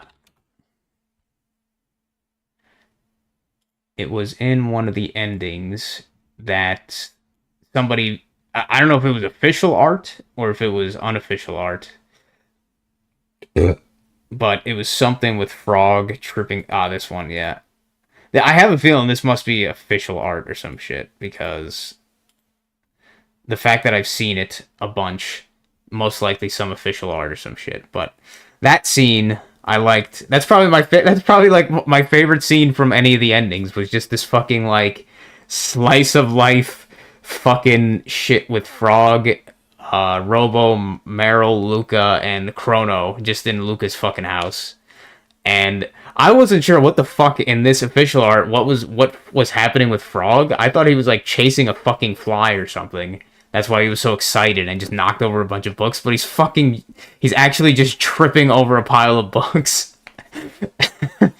uh, and I was like, that is so fucking stupid. But yeah, I like that scene. That was like my of almost all the scenes from any of the endings that I did see.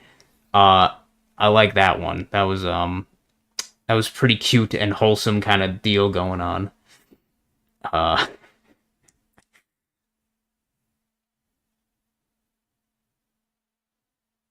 yeah, I don't know. I mean, when I look at so many of them, like there were so many, like so many of the endings were so just like clearly. I mean, it makes sense. There, so many of them were just like half-assed. They were just like, okay, here's this ending. Here, let's just show you a few credits and then have a few sprites go on the screen. That's it. Like most of them didn't have any extra stuff like this. Like this ending had, and like the two, I guess, better endings had and stuff.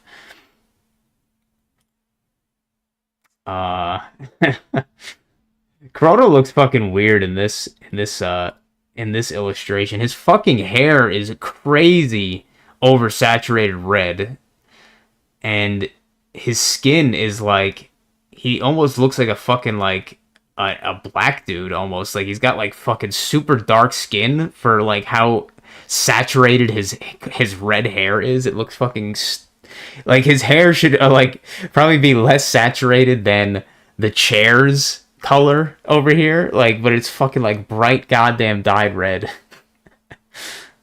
But it's still good art. I like the ending where all the cats enter the portal and Chrono's mom chases them. Did I see that? Or was I did remember that, but wasn't it just one cat? I don't think it was multiple cats, unless there was one that had multiple cats entering the portal and then her chasing them. Because I remember that was like the good endings. I mean, we'll see. You'll see at the final part of the series. I showed supposedly all the endings. Who knows if that's actually accurate or not? But I showed a video that had all of the endings. So I don't remember seeing one where it was multiple cats.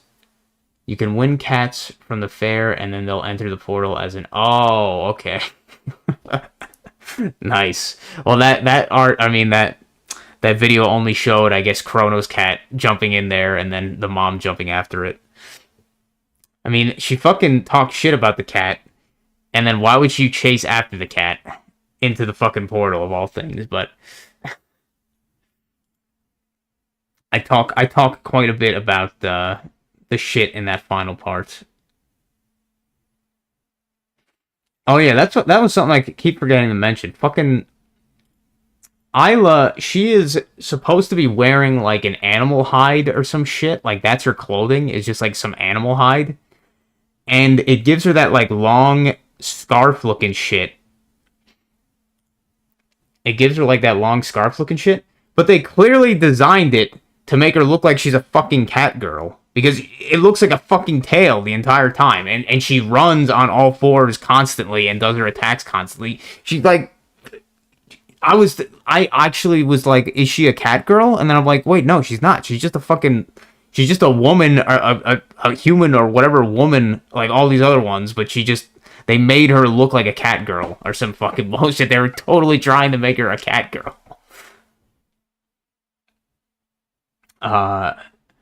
And I can't imagine I'm the only person who mistook that who mistook that as like she is actually a cat girl, but she's not. I think it's weird in the art that they give her a club, but she never uses a fucking club. She never uses a fucking club, but it's like, hey, she's a cave woman, unga bunga. Fucking Frog looks weird as shit in this art. Like, fucking just an anthropomorphic frog man who is like the same size as the others. He just has a massively oversized head due to that proportion. Ever run on all fours? Yeah, it's just like, what the hell? Because she's clearly not a cat girl, but they tried to make her like a cat girl, basically. I'm surprised she doesn't have... I mean, it makes sense because none of her... she doesn't have any weapons. She's the one character who doesn't have any weapons ever. So it's like, yeah, she doesn't even use a club for any of her abilities. I think that must have been just Toriyama just being like, well, she's supposed to be cave woman club, cave people club, give club. I still think Luca is cuter than Meryl, at least in the official art. I don't know. I'm not saying that Marl. I'm not saying that Marl is not cute, but I just find Luca cuter. I don't know. In the official art and shit. Her first level ups at certain levels. In case you didn't know, her first level ups at certain levels and her... Wait a minute. Her first levels up. Her first levels up at certain levels, and her crits percent goes up. Okay. Oh, I see. Okay. Her fist levels up at certain levels, and her crit goes up. Well, I mean, even at the lowest level, her crits seem to be pretty fucking high. So yeah, I think in that regards, seems like Isla is probably the most like overpowered in terms of just pure stats character, it seems. Or something, I don't know. Pure damage. All the videos I saw where I watched either where I watched triple techs for all the triple techs or whatever, or I watched one video where it showed all the triple techs. Ugh. All the ones that had Isla involved did 9999 damage in the end, but almost none of the other ones, besides a few of them, but everyone that had Isla pretty much in some form did 999 damage. 9999 damage. did over whatever. Did over 10,000 damage, whatever the fuck. So clearly her stats are very inflated compared to everybody else. The fuck is this? How? What? The fuck is this? Chrono Trigger wallpaper. This is not even Chrono Trigger. Is this AI art? This fucking seems like makes me think it's AI art. Oh wait, no. This has to be something. Surge Kid Glenn. That sounds. Surge sounds like it's from another game that I'm kind of aware of, but that is not fucking Chrono Trigger. What is this fucking talking about? Oh, okay. Chrono Cross. Okay. I was like, what?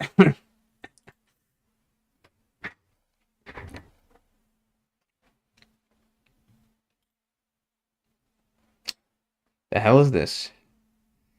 Was this a remake or is this some fucking bullshit? Probably some bullshit. I don't think there was any remake. As you said, there was some ports, but I kind of maybe there was a port that looked like that, but that doesn't even look like any character from Chrono Trigger. So what the fuck is this? I don't know. Why does it say Chrono Trigger and why is it not Chrono Trigger? I don't know.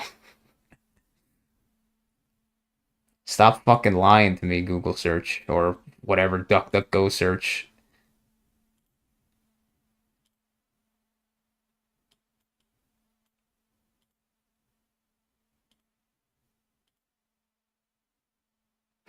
The fuck? What? What is? I don't know what the hell does that even happen in the game? I don't think so, but okay.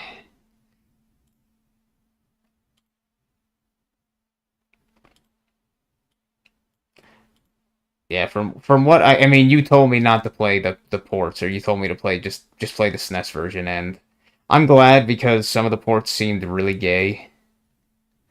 Luca gets cucked. Does she get cucked in like I know she gets cucked kind of like, but I don't know if that ever happens like necessarily.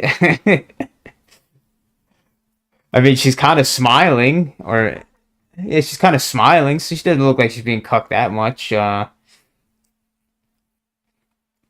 But like, yeah, I mean, I guess Luca. That's the fucking thing. Is like, it's hard to tell if Luca is like actually interested in Chrono in that way or not, because if you bring Luca to bring Chrono back, she kind of hugs him like that he is.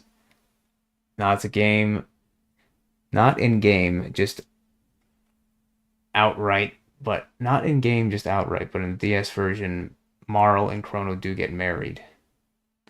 Oh, oh, let me guess. Let me get. I think yeah. I guess in the ports they had they actually added some like animated cutscenes kind of shit, which is cool. If they're not shit. But that makes sense then. But yeah, I don't know. I I can't really tell if Luca was like pining for Chrono's dick or not, or if she was just straight up just friends with him or what. Um, it's kind of hard to tell. But then again, she's a little bit autistic. She's kind of not. She's a little bit autistic, I guess. So it's hard to tell. The fuck, God, that looks so gay. That looks fucking terrible, man. It's that's the thing, man. I don't know what if Chrono Trigger got fucking remade in like 3D. That would look so bad. That would look so fucking bad. Unless they did the like I guess Dragon's Quest 3D where it's like still the very stylized anime 3D instead of like this fucking bullshit. Looks like Final Fantasy 15 crap. Yeah, it looks fucking terrible. I'm guessing somebody made a character to look like him, but yeah, it looks pretty fucking bad. God, that looks bad. That looks fucking terrible, man. Does what's her face? Does she ever get like? Does she just straight up like disappear And then that's Magus's entire reason after the game ends is like to find his sister again. Because yeah, like I don't even remember what happened to her. She got like sucked into the, or she got like, the fuck even happened to her? Didn't Chrono die, or at least he died? Um, he died against Lavos or whatever the fuck happened. But wasn't what's her face there as well? And then she get like trapped there? I don't even know what the fuck happened to her. She just got like written out of the story. I'm forgetting her name. It was fucking Magus's sister. I know it's like with an S. And I'm guessing this is the wedding you mentioned, or at least a snapshot of the animated thing.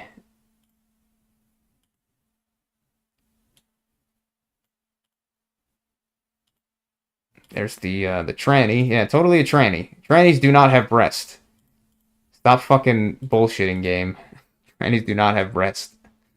They might want to, but they don't.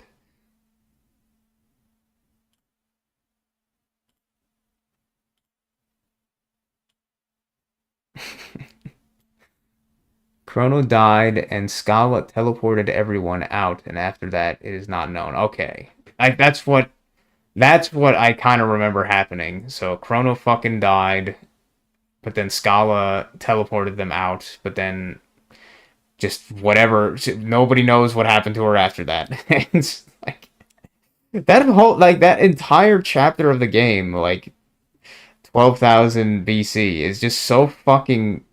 It was so fucking like not. I don't know. Like it was so like poorly fucking thought out.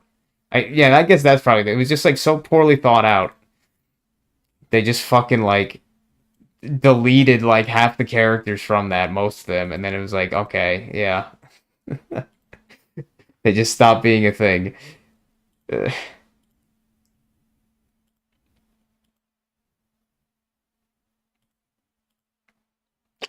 And I liked having Magus in the party and stuff, but yeah, he definitely was quite the fucking edgy boy, quite the edgy boy. Didn't want to say much. Didn't want to say much, but I guess I can't blame him. I guess sort of.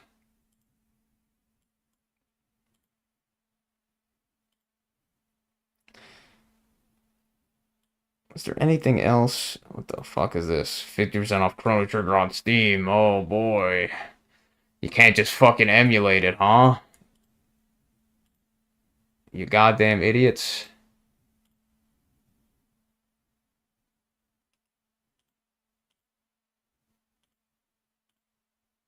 Oh god. I could tell it is some fucking port of not, and obviously not the original SNES ROM or whatever. I do not like that kind of weird, smooth out, like, sprite look. It just looks ugly. It looks ugly, if you ask me. I don't even know what to call it. Maybe it's even AI upscaled. I don't know. I just don't like it. I don't like it. It looks fucking ugly.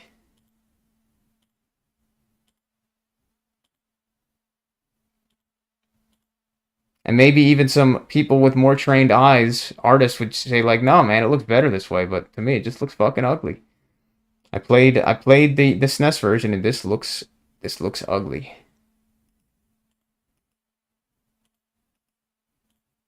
Chrono Trigger purists rejoice. Fuck you, Shack News, whoever these reviewing cucks are. It is not. How is that fucking purist rejoice? It's not the fucking original game, you stupid fuck. It's not. It's a fucking port, you idiot. It's not fucking pure. It's not pure then. It's a port. I mean, like ports are fine, but it's not. It looks like completely different. Fucking the sprites all look fucking different. Like even that fucking the what do you call it? The grandfather clock, the thing. It looks fucking completely different.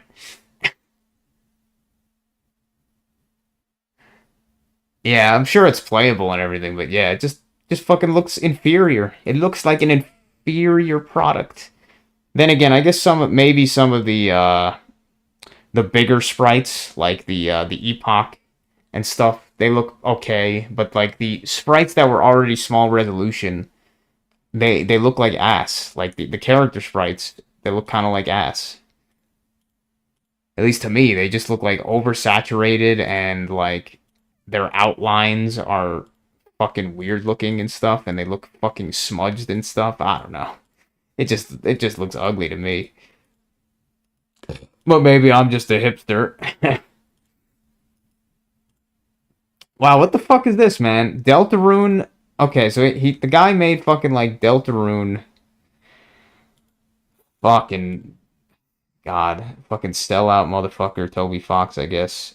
But yeah, he made like the first chapter free, and then I guess the later chapters now they're not free, which is funny because the later chapters all seem way gayer and way less and way more meme fucking oh man, funny Reddit writing here, guys. Haha. Totally not forced. Like I did enjoy the first chapter of Deltarune to an extent, but then yeah, the later chapters to me just look fucking really, really goddamn gay. Really gay. Like he went full on like, all right, guys, self-referential fucking Reddit bullshit. Haha. Fuck you, dude.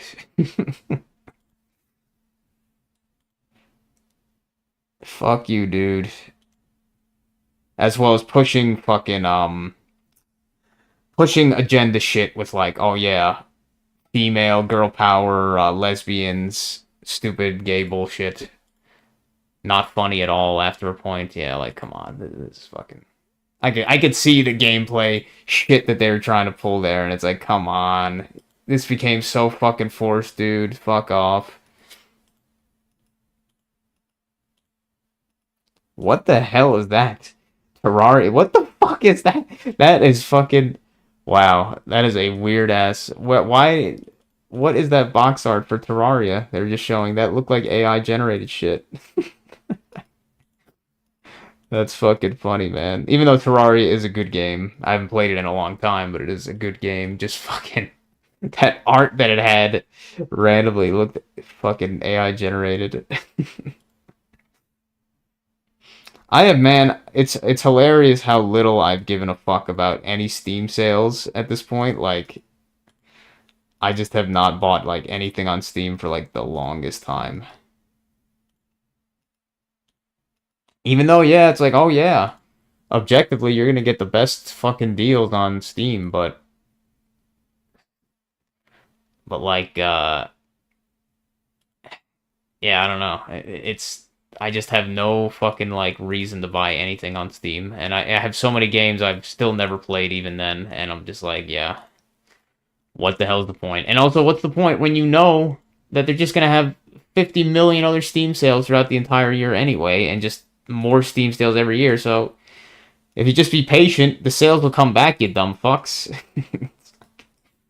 Valve is pretty bad at their FOMO, um, at least on their storefront.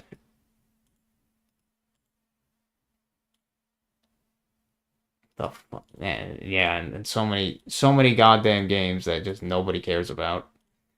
Nobody cares about. Nobody ever will care about. Ew, don't don't show that. Oh, what is it? A fucking is this another card game? Fucking bullshit. I'm sure it is. How creative of you.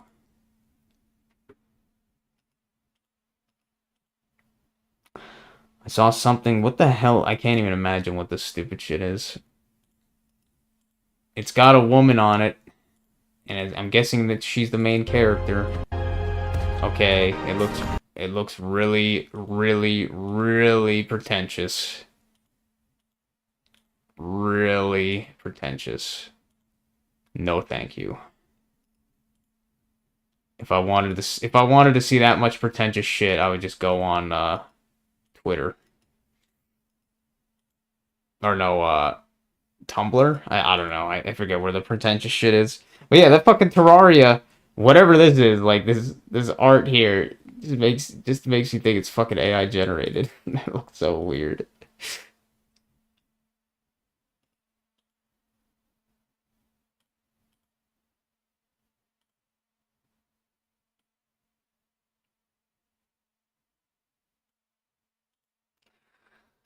Oh my god, and Skyrim. Skyrim is still so even when it's are you kidding me, man? The Skyrim special edition shit is still $40 when they've literally sold that fucking game like for like 20 years now. Jesus Christ, man. Bethesda fanboys, modern Bethesda fanboys have no fucking shame. That's like the fifth iteration of Skyrim. Like, seriously, man. And they're fucking selling it for $40 still. But I guess, hey, oh yeah, it's not $80, guys.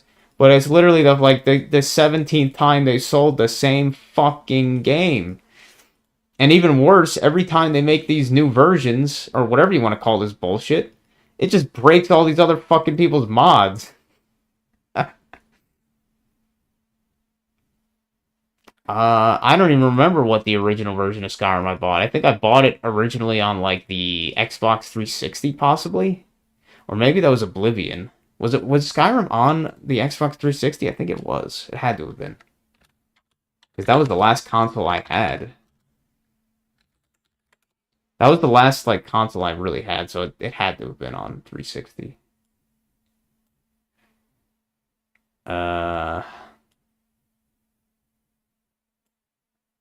Skyrim.